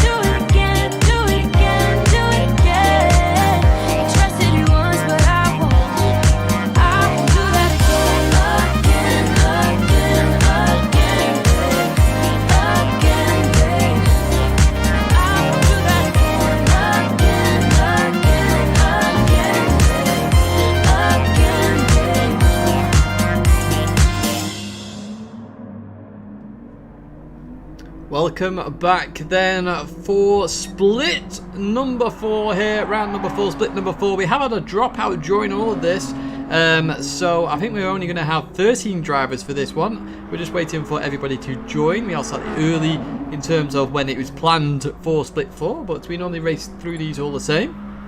So we'll just give people a little bit of chance to get into the lobby. Thank you for the kind compliment. Somebody said it was very much like a TV show. I'm very honoured that you said that, because that's my goal with this. I do it solo, of course, all the editing, etc. And obviously, except the driving, which you guys do an amazing job with. So yeah, I just try my best and you get this show. Every year I want to improve this as much as I possibly can. So yeah, expect more things to come. So how are we all then this evening? It's been fantastic. 3 races so far. Believe it or not, Rapid, this channel used to be called Tishley TV. I know you said Todger, but you know. Yeah. You see me on the side of Tommy's car there. And we'll have another look at that. There we are. Whoa, pulling that weird face. There's Tommy purple there in Sector 1. Now Dave. Dave had a horrendous qualifying session. So what happened to Dave? We know how treacherous the last corner is, right? We know Dave's been in the split 1s before, I think, from memory. Now Dave literally came out the last corner, clipped the grass, and went spearing into the barrier on the exit of the last corner. So literally lost all speed for the second lap and crashed on that lap. So ended up with an atrocious lap time. Dave is at the back of the field, literally. So Dave has a lot of work to do here. It was actually reserved, but obviously has been brought in. So Dave can now have a good race all the same. That's our goal here, as many races as possible and get as many people racing as possible. So that is Dave for you there. So we can see Dave's livery. We could have a last to first challenge here for Dave as well. But lots of people that are going to try and fight him off. So we've had a look at Tommy already. And we know Tommy is starting on pole in this split. So Tommy will be definitely looking to fight that off. Landy here in the silver machine. Blue wheels as well. Through there he goes. And then let's look at Lil Nicky G. Was involved in a lot of action at Fuji. You see Bart on the front there. I'm pretty sure that's new, isn't it? With Nicky G. I'm not sure whether Nicky's kids are watching, or partner, or whoever it might be. I'm pretty sure it's Nicky G. So shout out to those folks if they are watching. Oh, well played, Roving Island. I'm glad you're enjoying it. As we'll jump to Andy Reeves. Andy Reeves. Oh, this is a brilliant story. Andy Reeves has struggled to get into the qualifying slots. So we've got 4 splits, 56 drivers, technically 57 now with the way we've been working it. But Andy's always struggled. He's always been just like first reserve, second reserve, solidly in there this time, Andy. Superb qualifying for him. A difficult circuit as well, very difficult circuit.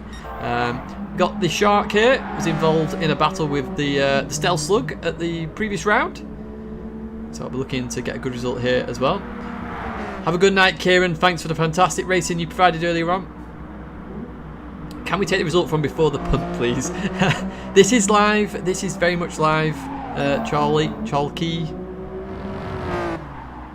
Let's now jump to Bazinga, who isn't racing Semicolon this time. It's the first time I think they've not raced each other, to be fair. So in the Air Italia livery. Now Bazinga is a super VIP in the community. He makes a lot of the emotes. A lot of them, and some funny ones at that as well. So when I went to Australia, he made some funny ones as well.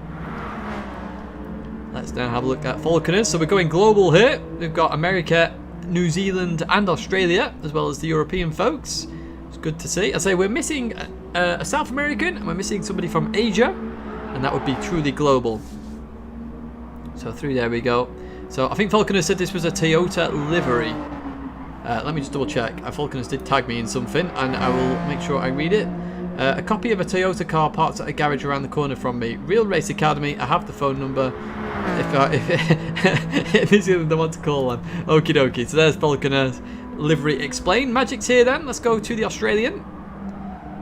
Luckily, I know the flags off by heart, and I'm not getting them wrong. Got Vegemite on the side. That's pure. That's a pure Australian livery. We've got kangaroos on there as well. I stroked a kangaroo. Stroked a wombat as well.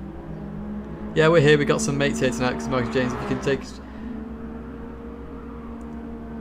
Yep, I will give a shout out to Marcus and James and Nick, and good luck for the race as well. So shout out to you folks watching, as well as the kids, family, and everybody else watching there.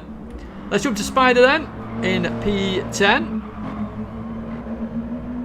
Currently in this practice session, of course, because I need to set the grid as well, which you will see in a second. This is a different livery that Spider normally. Oh, look at that! Cobwebs on the front. Look at that, and Marshall on the side. Lovely, lovely, lovely livery. Whatever turn you want it. What? What's going on now? Oh dear. Right, let's go to Jedi Jonah, who is in the BTCC old school livery of those Renault Lagunas that were run by, I think it was Williams that used to run them, weren't they? I love this livery, really do. Brings back the nostalgia when you played those TOCA games as well, right? We then have Herm there in P13 in the Marlboro livery. The good news is, there's 13 drivers. It means the one person who said they couldn't come at the last minute. So we have all 13 drivers. So let's set up this grid then, folks, and we'll get underway very shortly. Just give me a moment to do that right now. Let's change this grid order briefly. So we know Tommy is in P1. We saw this grid order earlier. We know Aldi is going into P2. P3 for Bazinga, P4 for the Shark, P5 for Andy Reeves, P6 is not here, so then it goes to P7, which is Herm, behind Andy Reeves, and then it's Magic's here, then Spider, and then we've got Lil Nicky, and then we've got Jedi Jonah, we then have Landy, and then it'll be Falconers, and then Dave. So that is your grid for this one. We are about... Oh, don't go to Tractage. I'll be joining the race. We're going to go and start very shortly. In fact, let me just warn the drivers so they are very much aware of this. So, what are your predictions for this one then, folks? Anyone you want to win here? Anybody you believe's going to win here?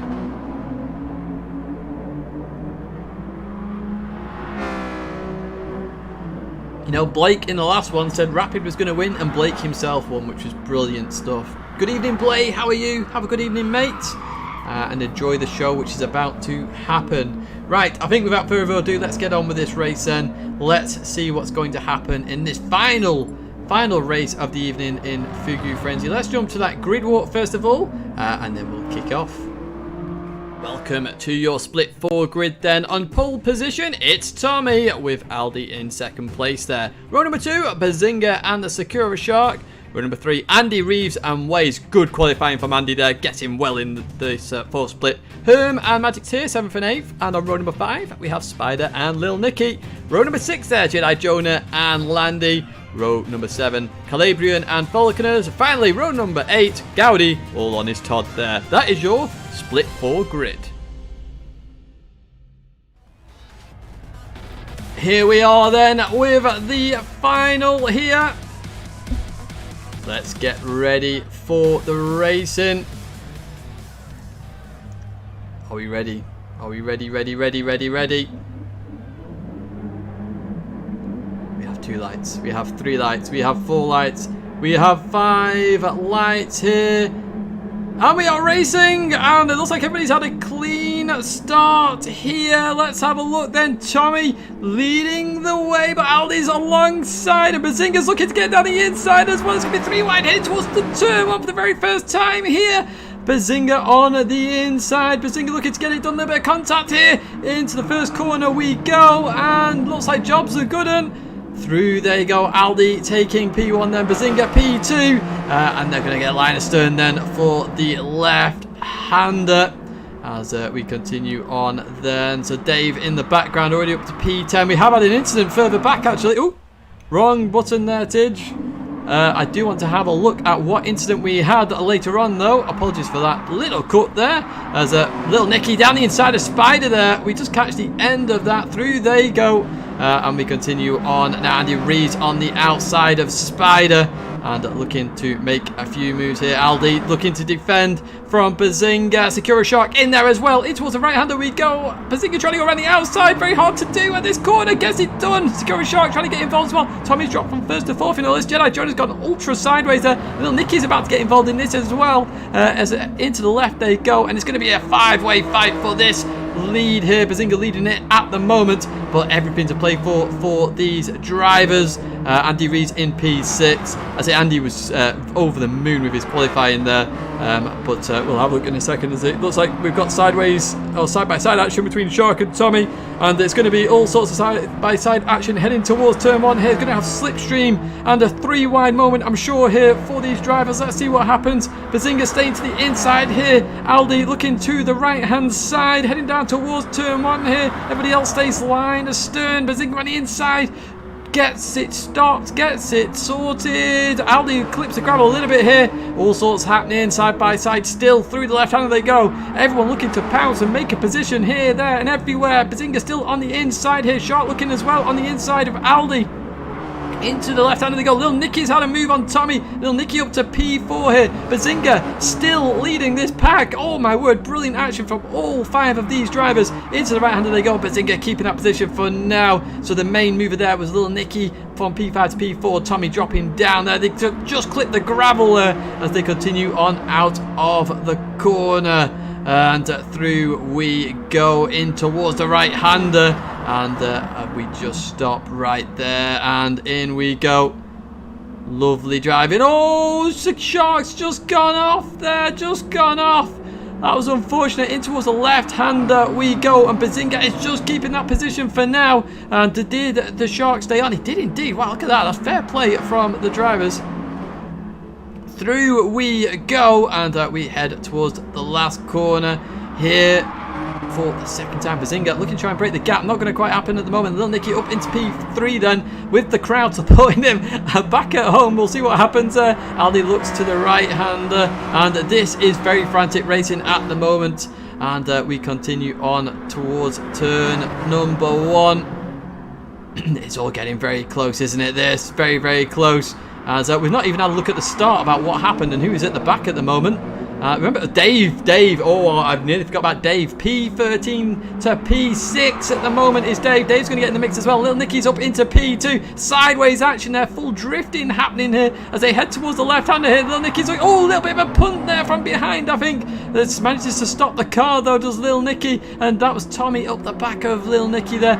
So they're going to go around the outside. Little Nicky dropping all the way now. Ooh, down. There we go. Camera just action going down the drain here in this last one, isn't it? Little Nicky on the inside of security shot, going to keep that P4 for now. I do want to try and have a look at what happened at the start of the race. I've not had a chance yet. I've not been able to breathe in this one as we head towards the right-hander here, and looks like everybody's managing to stop it this time. Right, let's see if we can have a look. Who is at the back? It's Falconers. Let's see if we can have a look at what happened at the start. It already happened, so some pure carnage has happened there between Falconers and Herm. Falconers is waiting up for Herm, so it's between those two drivers of where it's happened. Falconers being very sportsmanlike. But now we jump back to this battle with Little Nicky on the inside of Aldi. Aldi's off. Aldi span. Oh, big contact. Huge contact. Aldi just clipped the grass. And look at that. Very sportsmanlike conduct. Not starting the car. Waiting for the track to clear. And then he will spin the car around. There you go. Just saw it on the mini-map. Oh, does the donut instead. And it's going to drop all the way to the back. Oh, that's so unfortunate to see, Aldi. Oh, so unfortunate. But Little Nicky down the inside of the shark here. This is crazy racing. Dave up into P5. Dave from the back of the grid. Oh, the shark is off. Dave's about to go up to P4 here. Goes around the outside of the shark. Shark down into P5 then. Through the left-hander we go. And oh my word, it's all happening here. It really is. As I heard some real big tyre screeches going on there. Bazinga currently leading the way here from Tommy. Little Nicky P3, Dave in P4. Let's jump to that lead now, which is 4-5 tenths of a second. That is going up now as well. It was a shame that with, honestly, it's such a common mistake, just clipping the grass, only just clipping it. It just sends the car off to Narnia, and it just went. Such sportsmanlike conduct, though, to keep going all the same. Yes, the Germans leading the Brits here. We'll see what happens as we go through this race. Bazinga are going to have to defend a lot here from Tommy, unless they work together, potentially try and pull away, and then race at the very end here. Through the left-hander we go. Andy's had a huge off, has he? Right, we'll see if we can catch that at a point. I managed to jump to him very quickly.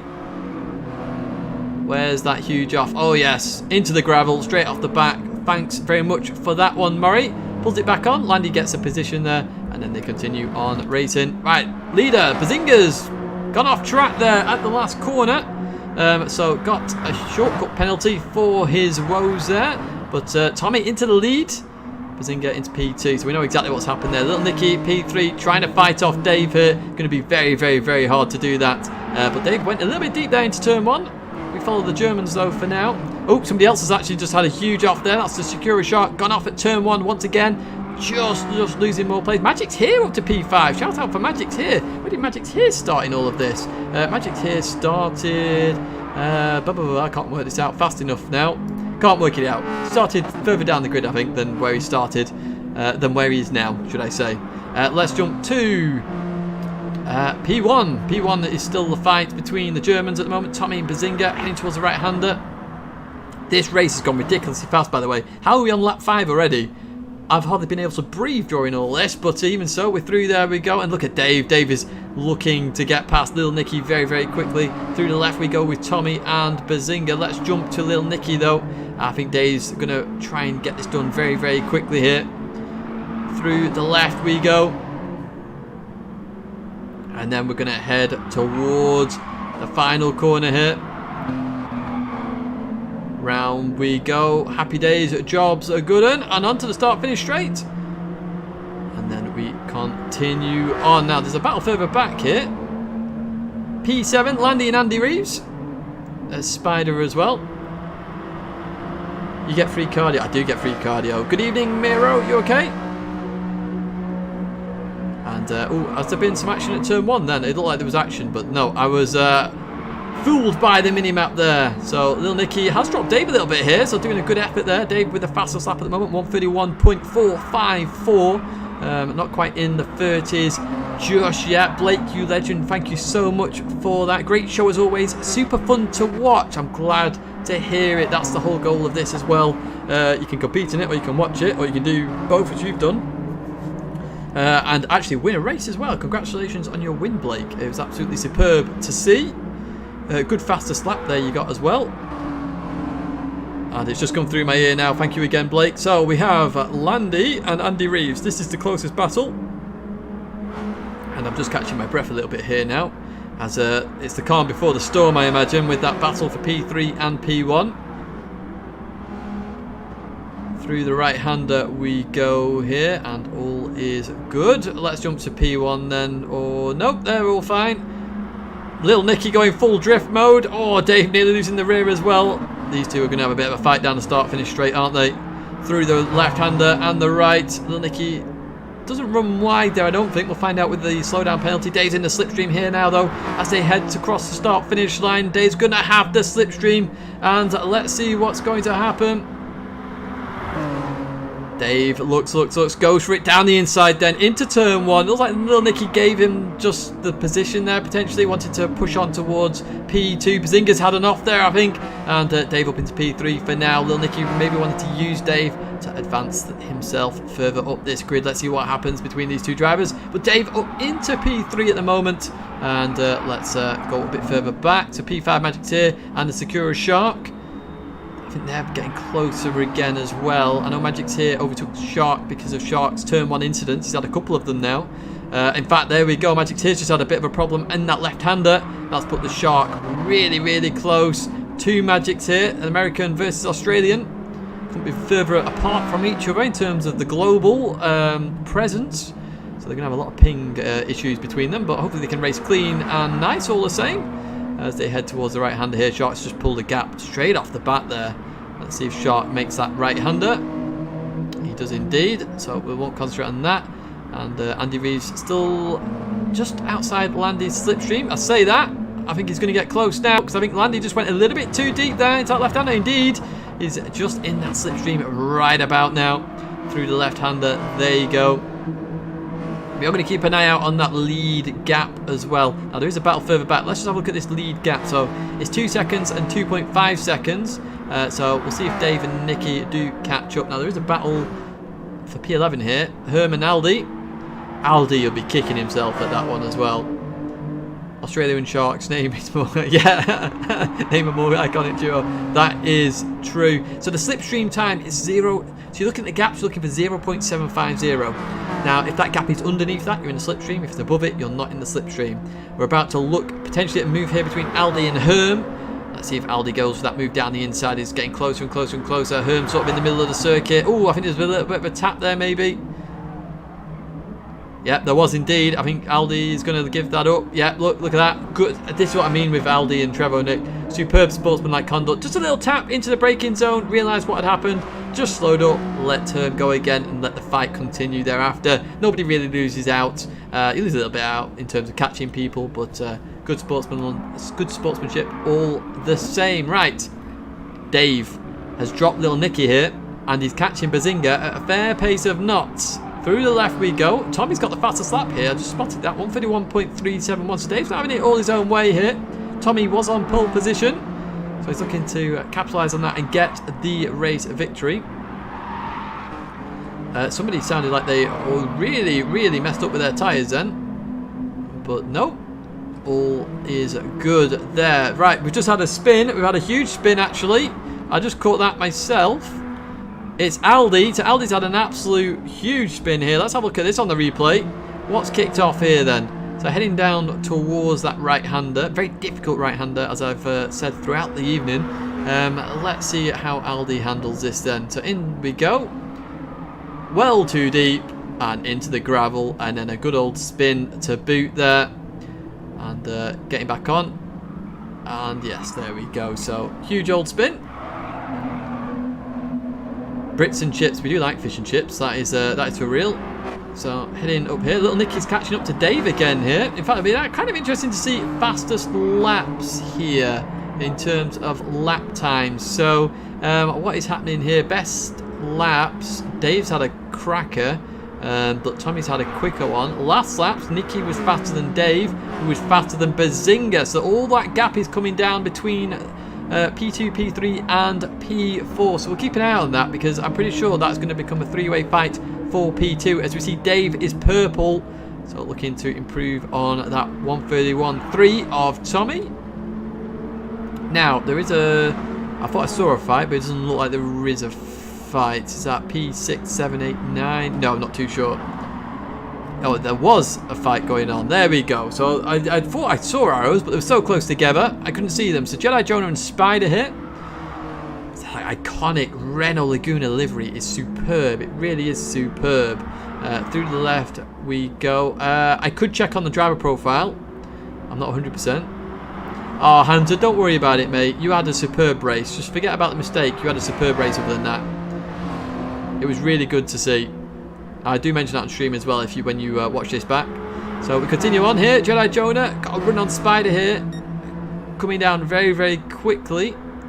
Now under 2/10 of a second here. Is Spider going to defend this? He does, but Jedi Jonah goes down the inside and says, it doesn't matter, I'm having this.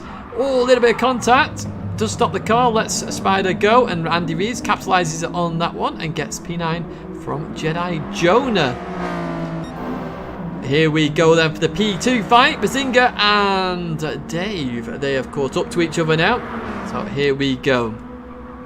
Oh wow, I just realised we're halfway through this race. So we have 50% to go.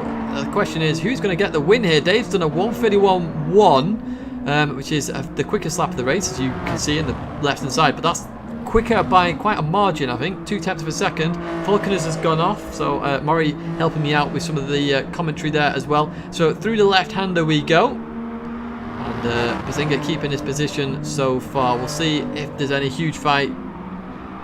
How did Bazinga fall back so much? I don't think he's fallen back. Dave is normally in a high split anyway. But Dave is pushing on. You can see a 1:31.1 for Dave. We'll see if he goes any quicker right now. Not quite, but he's going to have the run on Bazinga. Bazinga just lets him go here. Some smart racing from Bazinga potentially. Not letting him go actually. Wanted to go around the outside. Oh my word, Bazinga. I thought he was letting him go. Isn't. Oh. Do you really need to say anything about that? Superb, Bazinga. Superb. I thought he was letting him go. No. He was ahead of the game. A 2000 IQ strut there from Bazinga. Keeps the position for now. This is also bringing Lil Nicky into the mix. 1.3 seconds back so far. But obviously if they keep fighting, that gap's going to come down and down and down.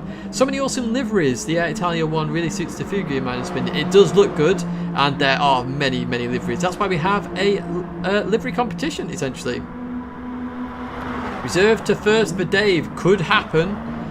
Still got a lot of work to do though, and time is counting, and he's not going to do it by doing that, but it's going to bring Lil Nicky into the mix. See that gap coming down again. 1.3 has dropped to 1.2 more than likely.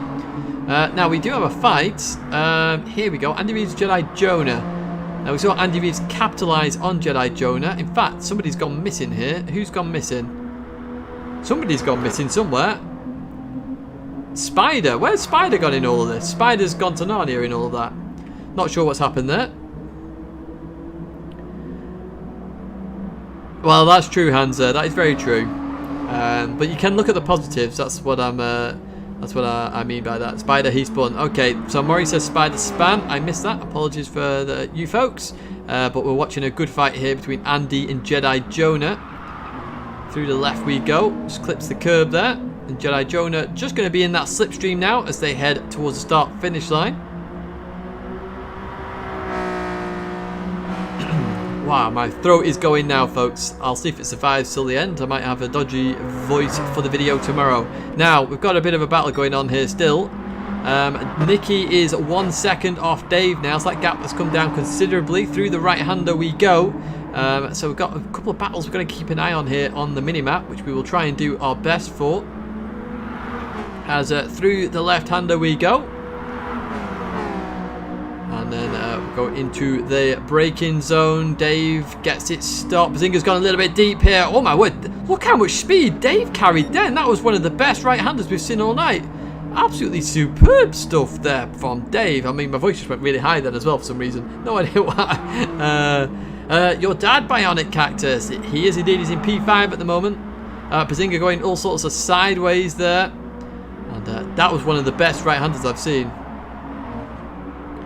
It's a very good international race, this one. We are truly global in this race, as Dave has got a lot of slipstream on Bazinga. Let's see if Bazinga pulls off another insane over 2,000 IQ strat here, heading down towards turn 1 again. Dave going on the complete opposite. You can fit many buses in the middle of that gap as we head down towards turn 1. That's how clean they're trying to keep it. Dave goes round the outside, gets it stopped. Dave now up into P2. Now, can Dave catch Tommy? That is the next question. We'll keep an eye out on that gap. Tiffany hitting puberty. No, not yet. Got over 10 years for that yet.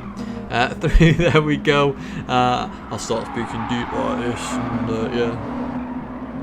And, so let's carry on with the race. Now, battles. We've got a battle going on here. Andy Reeves, Jedi Jonah. Look at this. I'm doing this like literally off the minimap alone, which is smaller than normal as well. So Andy Reeves and Jedi Jonah, they're fighting each other at the moment. So close. Look at this.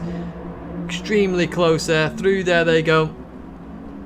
The only sport where masks don't matter. Exactly. And Andy Reeves defending that position right now.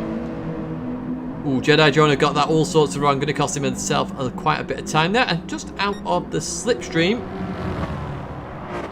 Speaking of slipstream, actually, Bazinga's lost out on slipstream to Dave, which means we have a battle for P3 here. Bazinga versus Lil Nicky. Through the left we go.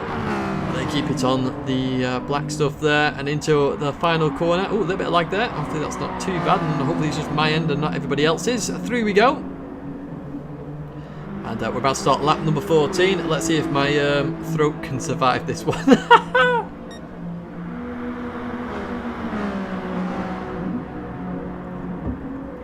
There we go then. So Bazinga back in the slipstream of Dave, which is interesting to see.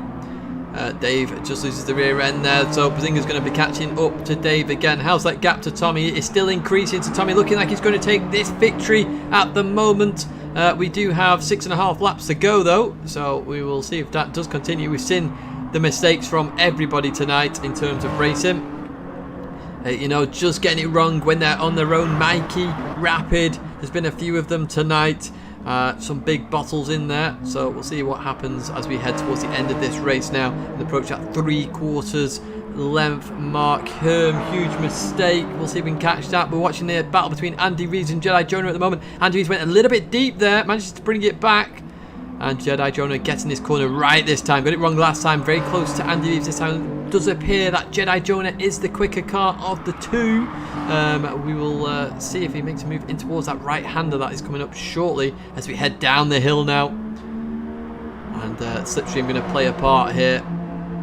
You can see that gap coming down and down and down. Andy Reeves looking to defend potentially. Jedi Jonah looks towards the inside here. Goes hard on the brakes. Doesn't quite get it stopped. Andy Reeves goes deep as well. So they still stay the same for now. Heading towards the left-hander. Andy Reeves still got that position. In towards the left we go. Goes a little bit deep again it looks like. But still keeps that position. This is good racing here. Good evening, Wade. I hope you've had a good evening, mate.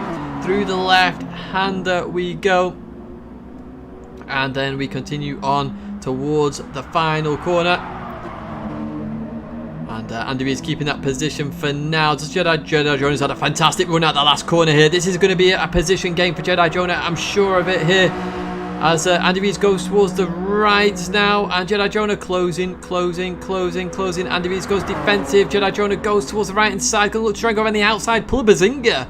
Is it going to happen here? Not quite. Going for the cutback here, looks like. Andy Reeves stops the car beautifully, though. That cutback is not going to happen. Although Jedi Jonah's got a huge amount of momentum out the corner. And on the inside for the left. Wow, that's a brilliant move. Not one I expected. Andy Reeves goes for the cutback. Now we're having cutback after cutback. It's inside on inside. And Jedi Jonah just gets that position done. Brilliant racing from these two competitors. But Jedi Jonah just getting it done there in that Renault Laguna livery. Right, battle for the lead is suddenly back on out of nowhere because Dave is has closed the gap from 4.2 seconds to 2.8 seconds here. Now, if that gap continues to go down like that, I will be able to speak eventually. Then Dave is going to be fighting for the victory here. 2.6 seconds now. And that gap is clear. In fact, Dave's about to absolutely demolish that fastest lap. A 1:30.7 out of nowhere. Here we go. The race is on as we head towards the end of the evening. Let's see what happens. We could end up with some back markers in this race. This is the first time we'll have it. We'll have to wait and see. Now, Nikki apparently had on off. Now, we're going to see if we can see this anywhere. Oh, there's little Nikki. That's already happened by that point, I'm sure, because he's out the slipstream there, so we can't actually see that. So the gap between Little Nicky and Bazinga, I think it's 1.5 seconds. That's going to come down a bit more. 1.3, 1.2, 1.1. So there's been an off with Andy Reeves and Jedi Jonah as well. How are you catching this more than I'm catching this? I don't know. So the P2 still 2.8 seconds at the moment. Have quite a break on circuit now. What we will do, we'll have just a quick look at the championship standings as we are. We're looking for Tommy, Dave, Bazinga, Little Nicky G. They're your top 4 at the moment in this race. So as we know, this is before tonight in terms of results. So Jomas has won again tonight, has actually won the championship tonight as well. So a title and trophy has been decided tonight. The rest of the trophies get decided at the end of the season as we continue. There's Dave there, P14, so you can see how he lost out massively there. Dave was way up there. This potentially going to be a drop round for Dave. You can have drop rounds in here. It's best 4 of 6 rounds as the gap to Tommy continues to drop here. So we head a bit further down here. So we're going to look for Tommy, Bazinga and Lil Nicky. And I don't think we've seen them just yet in terms of the championship. I may have missed them. Apologies if I have. We're just waiting to get to the next page. I can't fast forward this, annoyingly. As we get to here, there's Trevo Nick. And we still don't see them, so they must be on the next page. Surely on the next page. As the gap between Tommy and Dave is continuing to drop still. 2 seconds now, that gap. There's Bazinga. So Bazinga ahead of Little Nicky. That's critical for their championship then. That's what I wanted to look for here. And Tommy further down there. Big fight then between these 3 and their championship hopes. Bazinga, Little Nicky, Tommy, they're all on the same page there. Let's then Shark as well, actually. Shark just on the next page. So very critical that these all overtake each other to some extent. Tommy, the bottom out of Bazinga and Little Nicky. We'll see what happens then. Magic's here's had a huge crash, apparently. Yes, he has indeed. He's gone off. He's gone a huge off. Oh, into the barrier. Oh, and spins as well. Yeah, it's a very big crash there for Magic's here. He's in the middle of nowhere at the moment, so a nice and chilled one for Magic's here. But we're going to have a bit of a fight with Landy then. Right, the gap for P1 dropped to 1.8 seconds now. 3 laps to go here. And Dave has a lot to do here. 0.6 of a second per lap to catch, plus the overtake in there. Who's your money on, folks? Is it going to be Tommy or is it going to be Dave? 3 laps, or 2.8 now as we call it. And they continue on. See Little Nicky in the distance. You can't miss that Illuminous green in the background. Shark all out on his own here as well. Off again at turn 1. He really doesn't like turn 1. That is for sure to secure a Shark. Raining again, of course, with those window wipers on. I've actually had somebody off, it looks like. Who's that? Aldi. Aldi's been off again, it looks like. So can we jump to Aldi? There we go. Let's have a look what happened to Aldi. Heading towards the right hand. He was on for his personal best. So he's just come into hot potentially. Oh, he's caught the gravel again. Oh, Aldi. Aldi. Oi, oi, oi. Oh, Falconers nearly went off there as well. Alright, the gap. Let's jump to that P1 battle. 1.2 seconds. He's done the 0.6 of a second he needed on this lap. He needs to do it again on the next lap as well. As they continue on. Not that huge of a crash, man. Yeah, it wasn't quite that huge, Murray. I'll be real with you there. 1.2 seconds. He's done the 0.6. Oh, this is going to be so close. Heading towards the final laps. This is the penultimate lap right now. We have one more after this. 1.1 seconds. This is going to be very, very tight indeed. Tommy and Dave. You just saw the aftermath there. It's all good. It's all good. Through there we go. Oh, Dave's made a mistake. Dave's made a mistake. Oh, that's critical. That's huge.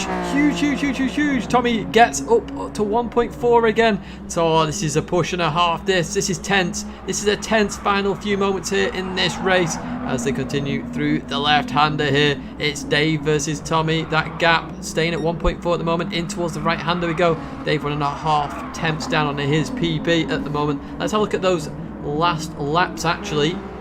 So it's a 31.9 for Tommy, a 31.3 for Dave on that last lap. Obviously it's going to change now. The only two in the 31s as of this moment as we continue on now towards the right-hander here. And Tommy looking to use all the track as much of the track as possible. Through there they go. And still that gap is 1.4 seconds. Tommy pushing on now, trying to keep this position. He's got one more lap after this to survive, but he loses a bit of time in that left there. Look at that gap coming down. Dave has a huge advantage there. That's not going to be good if he gets close enough on this last lap. 1.2 seconds still. He really needs to be in that slipstream margin for the final lap. It's not going to quite happen. Through the left-hander we go. It's 1 second as Tommy's butchered the last corner completely here. Tommy's butchered the last corner. It's going to be a magical final lap here in round number 4, in split number 4. It's closing.